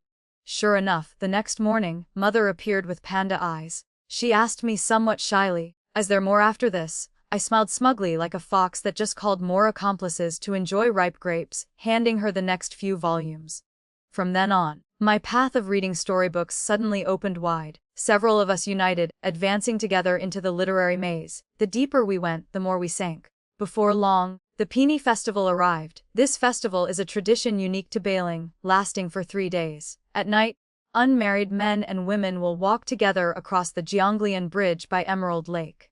If they meet someone they like, they will give the peony in their hand to the other person. If the other person also has feelings, they will give back their flowers. If they do not like it, they can only pass each other like strangers. I was not very interested in these matters, only wanting to stay at home reading storybooks. But being pasted by Mother's sharp eyes like knives, I had to obediently go out. That night, I told Faye and Yuna to also go to the Zhonglian bridge. Seeing them both shy and brave, I felt very reassured in my heart. If they could meet a suitable person tonight, it was time for them to start a family. The streets were not too crowded. Everyone gathered near the bridge. I leisurely strolled, my mind thinking randomly, unconsciously laughing. Even the wind here is truly gentle. On the side of the road was an old man selling candied hawthorn. I suddenly felt childish, asking him to make a sugar figure based on my appearance. The old man was very kind, making a sugar figure that looked 80% like me, making me delighted to the point of admiring it forever, not bearing to eat it. Just like that, I sauntered to the end of the street. At the end of the street was a willow tree. Under the canopy, a person was standing. I did not pay attention, just walked forward. But when passing by, I heard a soft call, "Cat." Why was that voice still familiar enough to make me tremble? I seemed to fall into an ice abyss. My whole body was cold, my teeth chattering. I did not even have the strength to turn my head. That person stepped forward again, hugging me from behind, then sighed deeply. "Cat, this time I was truly deceived by you. Cat, every night I cannot sleep. My mind is full of your image. Cat, it was Lillian who harmed us. If not for her, we would not be in this state." Until the day I heard noble consort Quinn mention Gigi Silk, I suddenly woke up. Remembering your maternal grandfather is in Zhangzhou, I brought the last bit of hope here. I did not expect you were truly here. My head was dizzy, unable to speak. I only heard him continue, "Cat, follow me back. I will make it up to you. I need no one else, only you alone." A flame of anger flared up from my chest. Without thinking, I lowered my head, biting hard on his arm. He did not dodge at all, just letting me bite until my mouth was full of the taste of blood. I seemed to wake up, letting him go, escaping the embrace that was imprisoning me. I closed my eyes lightly, saying warily, "Adrian, let us let each other go." He opened his eyes wide, his eye sockets streaked with red blood vessels. I coldly continued. Beside my ear rang his hoarse laughter. "Let you go? Then how will I live the second half of my life?" In the distance, several young ladies were walking together. Glancing at Adrian, a girl in a yellow dress hesitated, intending to give him a peony. But seeing me standing next to him, she could only leave with regret. Una standing nearby was also panicked, kneeling on the ground, not daring to look up. I stared at Adrian. This person is indeed very beautiful. Even now, every time I see him again, he still makes me stunned like the first time. I indeed once loved him to the bone, but one wrong step, 10,000 miles of pain. There is no turning back. I looked straight into his eyes, answering calmly, "That has nothing to do with me. I have walked out long ago, while you are still stuck in the past. However, your pain no longer has any meaning to me." Adrian stepped forward again, intending to grab my hand. I took a step back, continuing, "If you still force me to return, I will kill you." He froze, intending to say something, but I cut him off. "If I cannot kill you, I will perish together with you." Adrian seemed to be drained of strength, staggering back a step. I looked up at the bright moon in the sky. 10 cold years in the cold palace flashed before my eyes like a fast-forwarded film. Remembering it now, my heart is much calmer, no longer frantic as before. Perhaps I have truly let go. I looked at Adrian and spoke slowly. "Just because you misunderstood Lillian was me, wanting to pave the way her to become empress. You deceived me for so many years, pushed me into the cold palace, then killed all 121 lives of the Chen family. 10 years in the cold palace, I witnessed with my own eyes Faye and Bowie, the last people by my side, beaten to death by your favored concubine. 10 years of pain to the point of dying and coming back to life. Finally, I could only throw myself into the sea of fire to find liberation." In the sky, lanterns flew up one by one, carrying countless wishes of the human world. I looked up, looking straight into his eyes. "If you were me, could you forgive me?"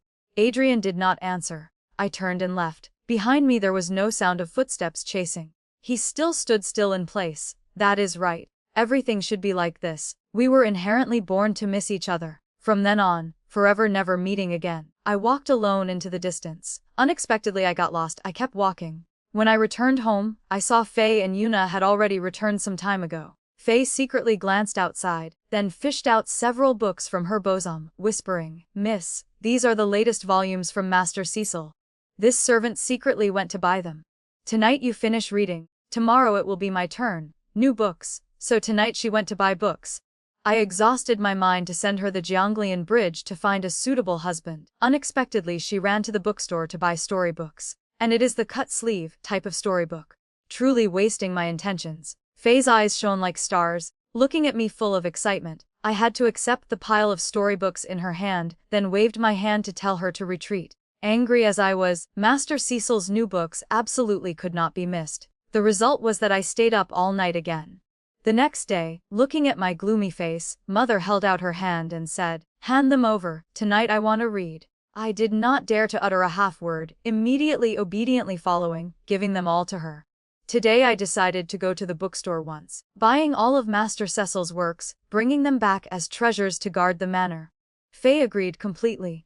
Una said not a word, just took long strides straight to the bookstore, fast as wind sweeping clouds. Indeed, similar people will gather together. The ancients did not deceive me. Arriving at the bookstore, the owner was not seen, only a shop assistant serving customers. I asked where the owner went. The assistant replied, "The owner is receiving a noble guest upstairs. If the young lady needs anything, just tell this lowly one." Noble guest? Which guest is so important that the bookstore owner has to personally receive? I did not ask more, just told Faye and Una to look for books. Not long after, two people walked down from the second floor. The person behind was the owner, his mustache trimmed neatly. The person in front truly made an impression. That person wore a pink long robe, a tall and burly figure, but walked with small, short, effeminate steps, hand holding a paper fan waving gently. At first, I did not see his face clearly. When he came fully downstairs, I glimpsed an unbloomed yellow chrysanthemum on the hem of his robe. I immediately shouted loudly, "Master Cecil." That person was indeed startled, hurriedly covering his face with the fan, his voice shrill. "Miss has mistaken the person. How could this humble one be that romantic, dashing, outstandingly talented, gentle as Jade Master Cecil?" I laughed coldly, raising my hand to snatch the fan covering his face. He could not dodge in time. Angry until his face turned red, raising a finger in an orchid gesture pointing at my nose, scolding, "Which family's little girl is so rude?" I rolled my eyes, saying seriously, "I just wanted to admire the beauty for a moment. Is that also wrong?" Master Cecil was instantly speechless. A moment later, he adjusted his clothes, coughed a few times, then pretentiously said, "I did not expect the young lady's eyes to be not bad." He asked again, "What is the young lady's name?" I cupped my fist and bowed, answering solemnly, "Catherine Chen." Master Cecil said I had a discerning eye, extremely happily leading me to the famous Swallow Family Tavern. I ate and drank to my fill happily. He used a handkerchief to wipe the corners of his mouth, glancing at me with disgust. "A dignified young lady, why do you have no demeanor at all? Like this who would dare to marry you?" After eating, he brazenly demanded to follow me back to the manor. I thought for a moment, then happily agreed. Just stepping through the gate, his eyes widened in surprise. "I did not expect you to be the daughter of General Chen." He immediately linked arms with me, rubbing shoulders intimately. Cat, from now on we are good sisters." Himph. Passing by the garden, we bumped into my second brother. Seeing me, he immediately said sternly, "Where did you go wandering again? Not seeing your shadow all day." I stuck out my tongue intending to reply when a servant boy ran over. Wesley glanced at me then flicked my forehead. "When I return I will settle the score with you." After speaking, he hurriedly left. I intended to take Master Cecil to my courtyard, but after walking a segment, I discovered he was nowhere to be seen behind me. I turned back to look and saw him still standing in place, his eyes glued in one direction. I followed his gaze. He was staring unblinkingly at Wesley's retreating back. A bad premonition suddenly rose in my heart. I pulled his sleeve. I only saw his cheeks flushed red, the corners of his lips curving, muttering, "Is there a man this beautiful in the world?" I shuddered. Sure enough, he suddenly grabbed my hand tightly, eyes shining, speaking earnestly. "Sister, Cecil, have never begged anyone in my life. Today I beg you one thing. Tell me everything about your second brother. I want to use him as the prototype for the main character in my next storybook." I was momentarily choked for words. I am his biological sister, how can I push him into a fire pit? Seeing Master Cecil's eyes like a hungry wolf, I shuddered with cold. My brother treats me so well, I absolutely cannot betray him. I was intending to refuse righteously when he glanced at me, tilting his head and saying, "If you agree, from now on all my new storybooks, you will be the first person to read by. Deal." So Master Cecil stayed at my manor for 3 days straight. During his stay, he successfully won the love and worship of my mother, and even won the affection of most of the women in the manor. He gave my mother a whole set of special edition storybooks with illustrations and signatures, making my mother laugh until she could not close her mouth. I rolled my eyes. Cecil said seriously, "You are my best friend. Your mother is also my mother." Ah. Second brother was busy with business recently, not returning home for 3 days straight. Cecil could not wait anymore, demanding I lead him to find my brother. I originally did not want to, but upon hearing him say, "I still keep a set of secret banned storybooks. If you agree to lead me, I will let you see." Okay. No problem. Today the streets were very lively. Cecil dragged me through all the shops, conveniently buying a few new sets of clothes. Looking at his excited back like a child receiving a gift, I sighed again. Why did the heavens not let him be reincarnated as a woman? I went to the silk shop where my second brother usually frequented to search, but the shop assistant reported that he had gone into the capital. Cecil heard this and was visibly disappointed. To coax him, I had to lead him to a tea house to listen to opera. Today was the play, Marrying the Husband, performed by Miss Daffodil of the Spring Welcome Troupe. I was not very interested. Listening for a while I felt sleepy. Cecil lay sprawled on the table, looking listless like a person lovesick for 3 lifetimes. Listening to the part where the female lead cried screaming about not marrying, I suddenly felt someone walk in.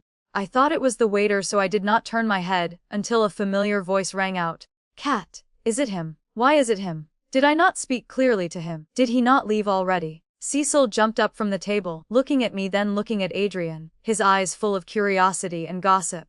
Eventually, I still have to face it. I looked at Adrian and asked, "What is the matter? I remember I spoke very clearly to you." Adrian glued his eyes to me, his gaze filled with sorrow. He glanced at Cecil, asking in a deep voice, "These past few days you have been with this person.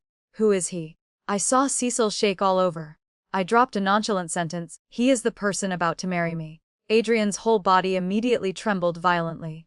Just as I was about to give a faint laugh, Cecil blushed, covering his mouth shyly. "What nonsense are you saying? When did people agree? I hate it." His voice was soft and limp like girls in a brothel inviting guests. "Adrian, can I kill a person? Not too excessive, right?" I told Cecil to go out first. Adrian sat opposite me, still looking noble and calm, appearance like jade, demeanor unparalleled. No wonder I loved him back then. It is a pity that now it is no more. I calmly looked at him and said, "That is right. I once liked you very, very much."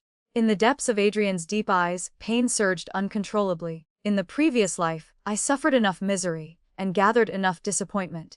Regardless of the reason, the hurts I had to bear were real. Therefore, I cannot treat you like a stranger. Just seeing you once, my heart will hurt once. Downstairs, the play was about to end. In the play, the third lady left Peach Blossom Village alone, forever leaving her childhood sweetheart and forever never forgiving. People often say, "Put down the butcher knife. Become a Buddha on the spot." That even if hands are stained with blood, just letting go brings a chance to start over. But I think in this world there are hurts that can never be compensated and can forever never be forgiven.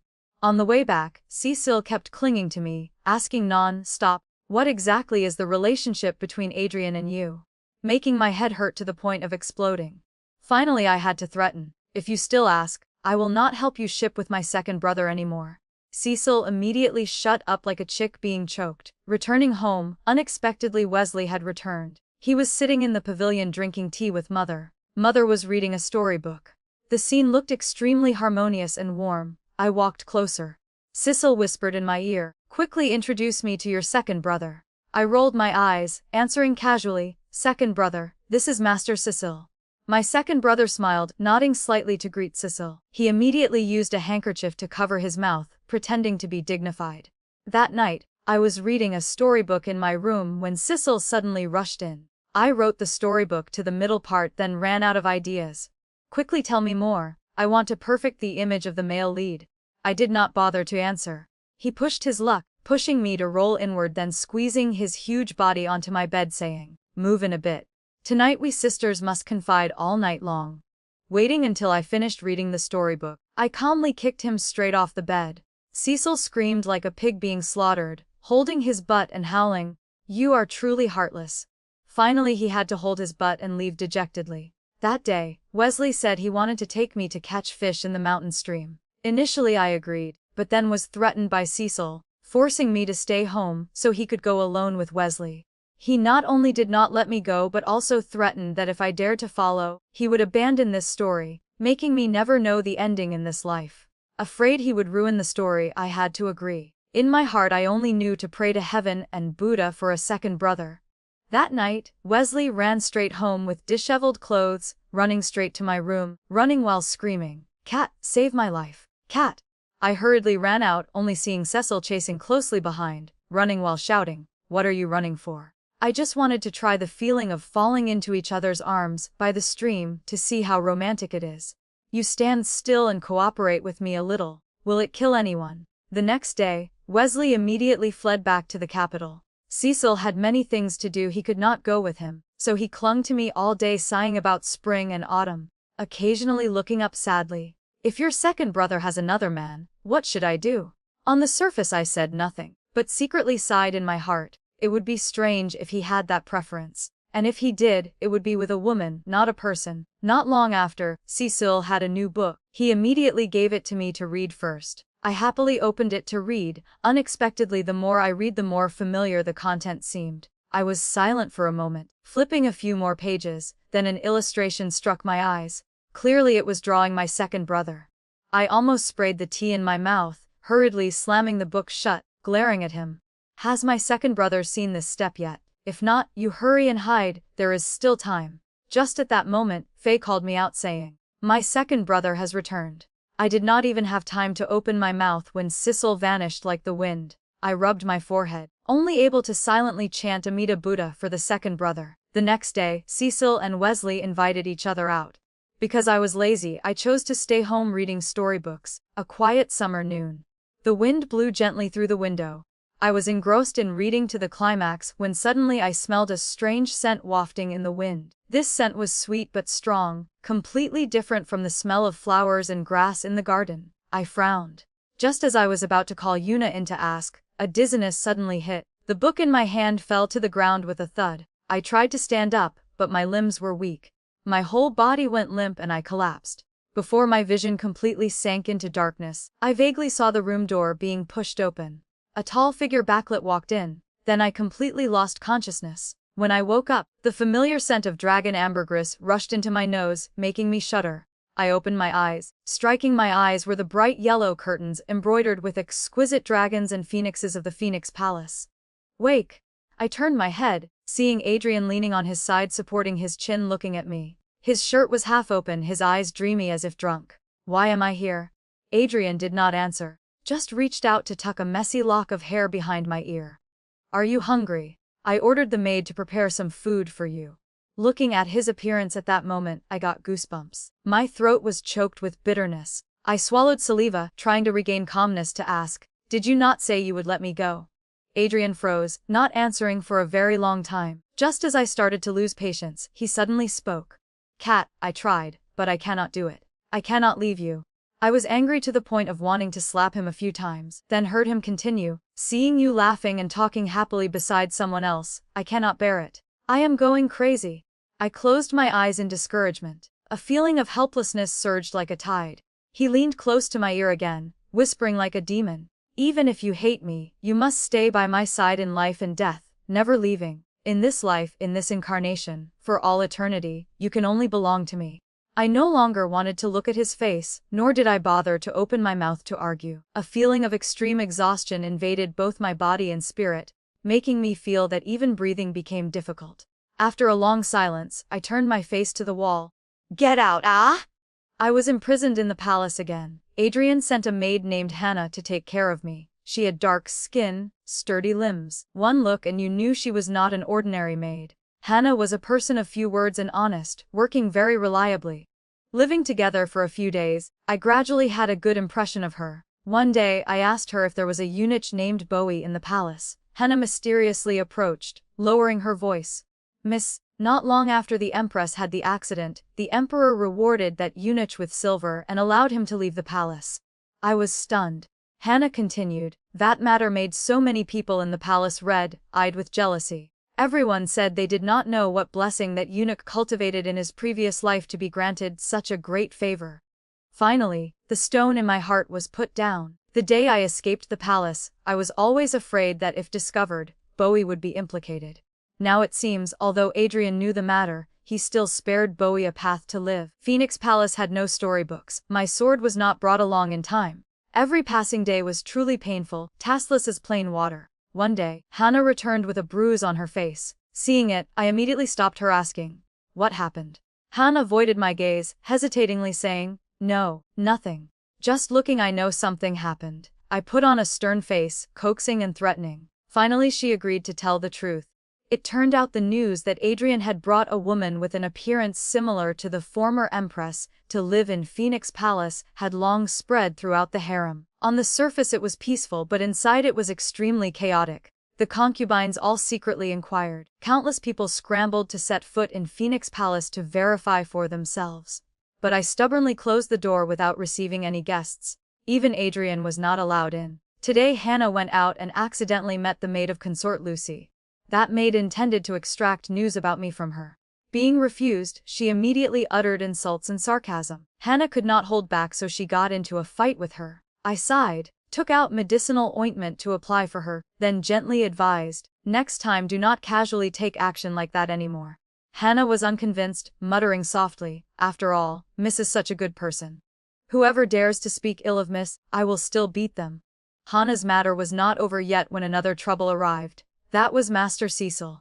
I stared blankly at him wearing a eunuch's official uniform, twisting his way into the palace, even blinking to flirt with me.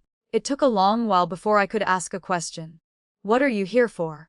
Cecil raised a finger, his voice sweet. "Your second brother ordered me to enter the palace to protect your safety. Outside, he is thinking of a way to rescue." "Not right." I narrowed my eyes, staring at him, asking coldly, "Tell the truth. What condition did I promise your second brother?" Cecil's face turned red as a boiled shrimp, lowering his head, pretending to be shy. "Sure enough, there is a problem." I stared at him. Indeed, I heard him whisper, "Your second brother said if I complete the mission, he will take me to Torjongnan." Now that I suddenly disappeared, the family must have been in a mess.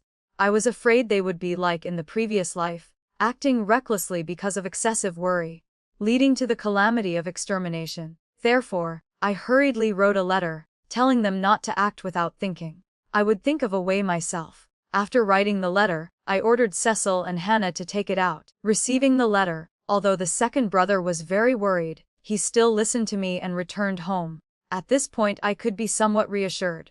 As for Cecil, although on the surface he came to protect me, in reality it was to find a new quiet place to create. Every day he wrote storybooks, and I sat reading right after. It became a custom. Even Hannah could not resist the temptation, finally joining our increasingly crowded army of storybook addicts. One day, as usual, I closed the door to refuse guests. Unexpectedly, the door was not latched properly, letting Adrian enter. I was very unhappy. Cecil looked at me with a face full of cunning. As soon as Adrian entered, he immediately saw him and asked, "Who is he?" Cecil was scared until his face turned pale. I did not change my expression, answering calmly, "She is my second sister-in-law." Adrian, he did not haggle over that matter, only saying, "Cat, as long as you agree to stay by my side, you can have whatever you want." I glanced at him with disdain. Unexpectedly, he waved his hand to order. Several eunuchs immediately carried stacks of storybooks walking in. I tried to maintain a cold appearance, but my eyes unconsciously glanced over. "The top volume is from Master Kylan." Adrian smiled. "Ket, do you want to have dinner with me?" Truly superfluous words. Of course I want to eat. That meal was a rare moment of peace between him and me. After eating, he sat handling memorials, while I opened the storybook to read. It is just that reading a few pages, I discovered Master Kylan's writing could in no way compare to our Master Cecil. Reluctantly reading until the end, I was so tired I fell asleep without realizing it. Waking up the next day, I found myself sleeping on the inside, while Cecil had crawled into the bed at some point, looking at me with resentful eyes. "Not bad, huh? Even the person with the most power in the world is charmed by you to the point of losing his soul." I was stunned. "Are you jealous? Could it be that you have fallen for Adrian?" Cecil nodded reasonably. I almost screamed. "Did you not say my second brother is your male lead?" Cecil looked up, asking seriously, "Your second brother?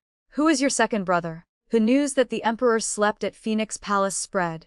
The next day, a group of concubines flocked to visit the sick.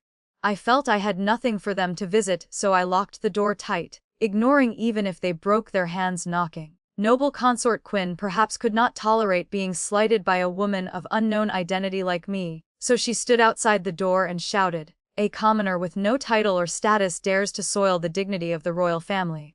I yawned. If there is a problem, go find your emperor. Do not come here to bother me. Outside rang out angry cursing sounds. I just thought this noble consort is truly a failure. No demeanor. Her temperament cannot compare to that concubine Lillian of the past. Thinking of this, I suddenly remembered. I immediately asked Hannah, is there anyone named Lillian in the palace? Hannah thought for a while and said, there is, but she has always been out of favor. Miss also knows. In the past and now, the most favored person was the Empress, and is Miss now. I did not answer. Hannah continued, heard that concubine Lillian committed some offense unknown to others. From then on she was cut off from all expenses, and placed under house arrest in the snow pavilion, not allowed to step a foot outside. Truthfully speaking, compared to her, even people in the cold palace live better. I sat for a while, suddenly feeling my heart itch, wanting to find some fun to relieve sorrow. So I turned to Cecil, who was burying his head in writing drafts, opening my mouth, interested in going out to do something mentally stimulating.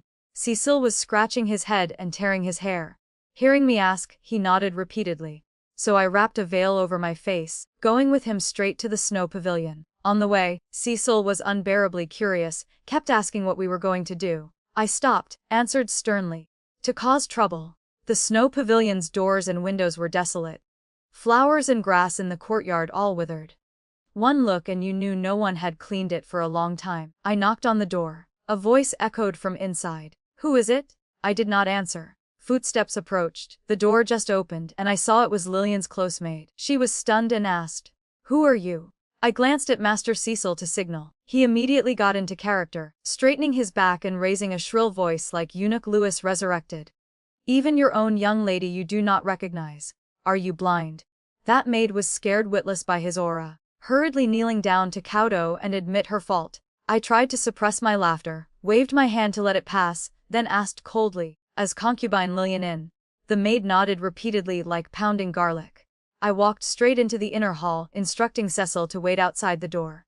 Just entering, I saw Lillian wearing plain clothes, sitting by the table focused on embroidery. Seeing someone come, she looked up, her eyes hesitant and full of wariness. Miss, do you have any instructions? I could not help but laugh out loud under her increasingly surprised gaze.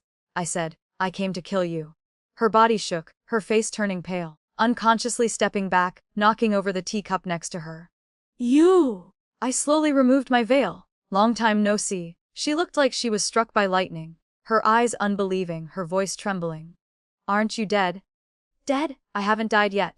Outside the window the moon was bright and stars were sparse. Occasionally the sound of birds rang out, making the atmosphere in this desolate palace even more lonely.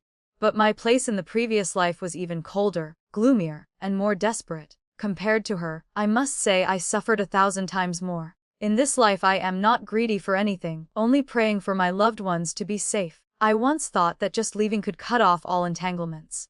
Unexpectedly Adrian still kept dragging me back. Lillian went limp and collapsed to the ground. I stepped closer and continued, Lillian, now your schemes have failed, you are loathed by Adrian, and I, Catherine Chen, am no longer a weak and kind person. Beating a drowning dog is my new hobby, so guess what I will do to you.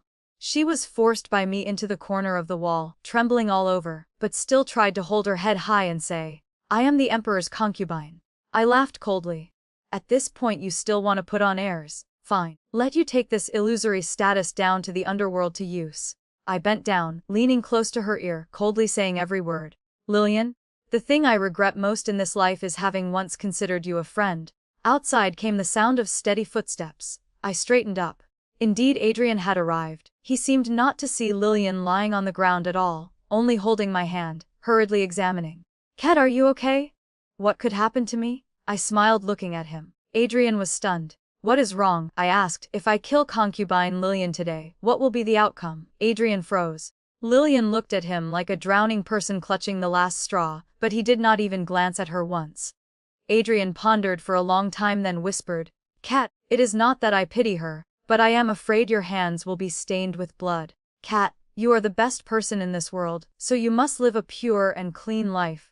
Let me handle things like this. Good, pure and clean. If I had heard these words before, perhaps I would have been so moved. But currently I only feel ridiculous. Besides Adrian, my life will never be able to be called good. Finally, Lillian was banished to the cold palace. It was I who personally told Adrian to do so. Just dying is too easy. I want her to experience completely every layer of hell that I once went through, not missing a single bit. After returning to the palace, Cecile was droopy and said not a word. Just as I was about to ask, he spoke up irritably. Ultimately, where am I inferior to you? Why in the Emperor's eyes is there only you alone? Hannah snorted coldly. Do you not look at your own bear-like appearance, yet still dare to compare with our miss? Cecile was angry until his face turned red, rushing over to grab Hannah's hair. Hannah was not to be trifled with either, conveniently scratching a long line on his face. Cecile touched the blood trace and burst into tears. Boo-hoo, I am disfigured. My beauty is gone. Hannah turned to look at me with a bewildered expression. Afterwards I had to trudge to the Imperial Hospital to beg for a box of snow flower ointment. Only then did Cecile reluctantly forgive her. I breathed a sigh of relief. Finally it was quiet for a moment. Having dealt with Lillian, I returned to the rhythm of life of not going out the door, not leaving the bed.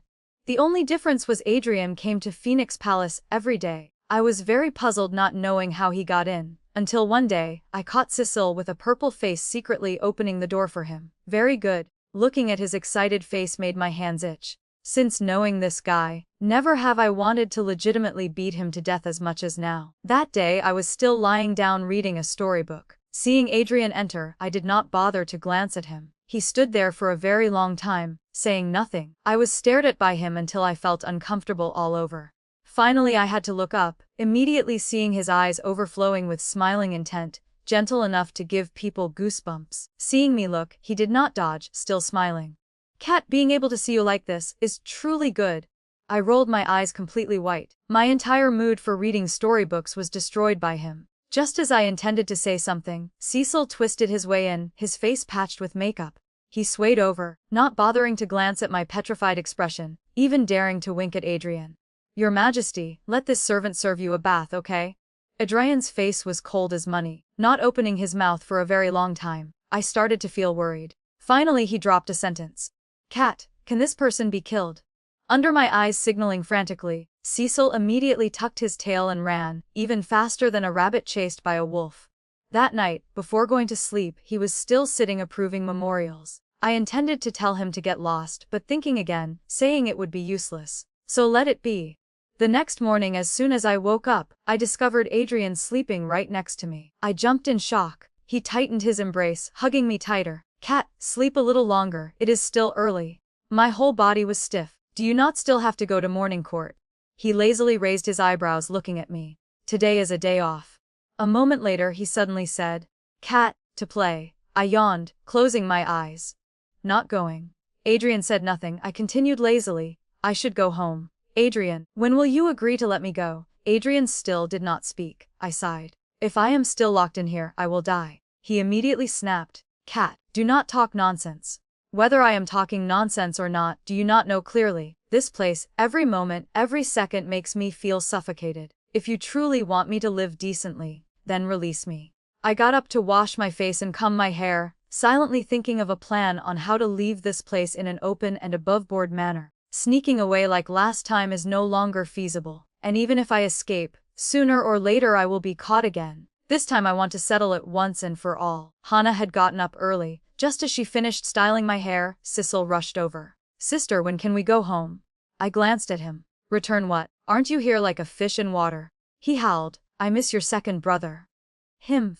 You ungrateful wretch, biting the hand that feeds you. Not a word you say do I believe anymore. Recently in the harem, rumors that I am favored have spread everywhere. The eyes and ears of the concubines are scattered all over Phoenix Palace. Wherever I go or whatever I do, I can bump into them. For example, today I bumped right into noble consort Quen. Luckily I was still wearing a veil, otherwise if she saw my true appearance, she would probably faint from fear. I intended to quietly pass by. Unexpectedly she deliberately caused trouble. Where is this commoner from? Seeing me but not paying respects, I was too lazy to bicker, just giving a faint laugh. If you have the ability, go complain to your emperor, see whose side he will stand on. The noble consort immediately flew into a rage, disregarding etiquette, intending to slap me. I blocked her hand, then conveniently slapped back a thunderous blow, making her stagger and fall flat on the ground. Since childhood I have practiced martial arts. Dealing with a delicate young lady like her, to me is just like breaking a dry twig. The noble consort sat on the ground, her face dazed and lost. I did not bother to look back, turning and leaving. Walking and walking, somehow I arrived at the cold palace. Since I was there, I went in to take a look. The cold palace was still like in my memory of the previous life. The only difference is currently the person locked here is no longer me. I walked in familiarly like going to the market. Unexpectedly I saw Lillian eating. She saw me and was also startled. I glanced over. It was a roasted chicken. Wow, the treatment is truly good. Even 100 times better than me in the past. I walked closer. She looked at me warily. I picked up the plate of food and slowly poured it all onto the ground. Lillian's eyes looked at me like she wanted to spit venom. She ground her teeth. Slut. Ah, that is right. This is her true nature. Every day having to watch her pretend to be innocent like a little rabbit. I was also bored to the neck. I laughed softly and said, "The cold palace has delicacies like this. I fear it does not fit with common logic, right?" Lillian's eyes unconsciously glanced towards the little maid standing nearby. I understood immediately. I pointed down at the pile of food spilled on the ground, saying indifferently, "If you eat all of this, I can consider giving face and letting it pass. But if not, I just need to speak out. At that time you and the maid will suffer punishment together." Lillian ground her teeth tightly, every word seeming to be hissed from her throat. "Catherine Chen, do not be smug. There will be a day when you meet Retribution." Retribution? I think I have suffered enough. I leaned against the door, raising my eyebrows, asking calmly, "So ultimately are you eating or not? If I don't eat then I am leaving." Lillian closed her eyes, tears silently rolling down amidst the maid's choked sobbing. Finally she also crawled over on her knees, swallowing the pieces of food scattered on the ground. I turned around not looking once more, just waited a moment then quietly left, feeling no gloating at all, only feeling empty. I just want to go home. I just want to see my parents and brothers again. A few days later, Hannah ran to report, "Concubine Lillian has hanged herself in the cold palace." Hearing this I was stunned, feeling it was unbelievable. Just a few days ago, she was still full of spirit cursing me. Unexpectedly she chose to end her life. This deep harem is just like that. Having lived another life, I will never let myself step into that rut again. This time Cecil seemed to be granted inspiration by heaven. Just within a few days he completed a superb storybook, making me nod in admiration as I read. Not only was the plot engaging and the characters vivid, but the theme was also very bold. The male lead's name was taken based on Adrian's model. I read every page, every paragraph. Even his eyes and smile were depicted vividly like real life. Or maybe, although I no longer have any feelings for Adrian, having a model in front of me to imagine along with the details was indeed vivid. This storybook made me read passionately in one breath without stopping. After that I could no longer look straight at Adrian's face. That day he came again. I was sitting resting my chin in a daze by the table, my mind still wandering with the tragic love in the storybook. He walked over. In my daze, I thought the male lead walked out from the book, so I blurted out calling, "Night Wolf Xialang." This is the way the scholar addressed the emperor in the book. Adrian's face darkened. I immediately realized I misspoke, turning to run but was blocked by him. "It is you, who else could it be? Idiot." Of course this sentence cannot be said. I had to speak randomly. That is Cecil's nickname." Adrian looked suspicious, but did not ask further. I quickly changed the subject. "When do you plan to let me return to the manor?" Sure enough he froze slightly then said gently, "Cat, please try to endure a few more days. When the work is done I will take you back." "Return to my manor? Why do I need you to take me?" I did not bother to argue with him. Going into the room to flip through a few random storybooks to read, Adrian did not get angry either, ordering people to bring memorials then settling by the window to handle government affairs. I did not care. After I finished reading the storybook, I lay down and slept. That night he did not stay to sleep. I did not bother to care where he went either. Cecil was still sitting me nagging about the so-called love at first sight. I was no stranger to his habit of loving whoever he meets, so I coldly poured a bucket of cold water. "Do you even know what loyalty is?" "Cecil." Just at that moment Hannah brought in a bowl of snow lotus soup. I just picked it up, not having time to take a sip, when Cecil snatched my hand to stop me. His face suddenly became extremely serious. "Who brought this soup?" Hannah paused. "A maid said it was from the imperial kitchen, prepared as misordered beforehand." I looked at Cecil then shook my head. He frowned. "Inside there is a spirit fairy flower. It is poison."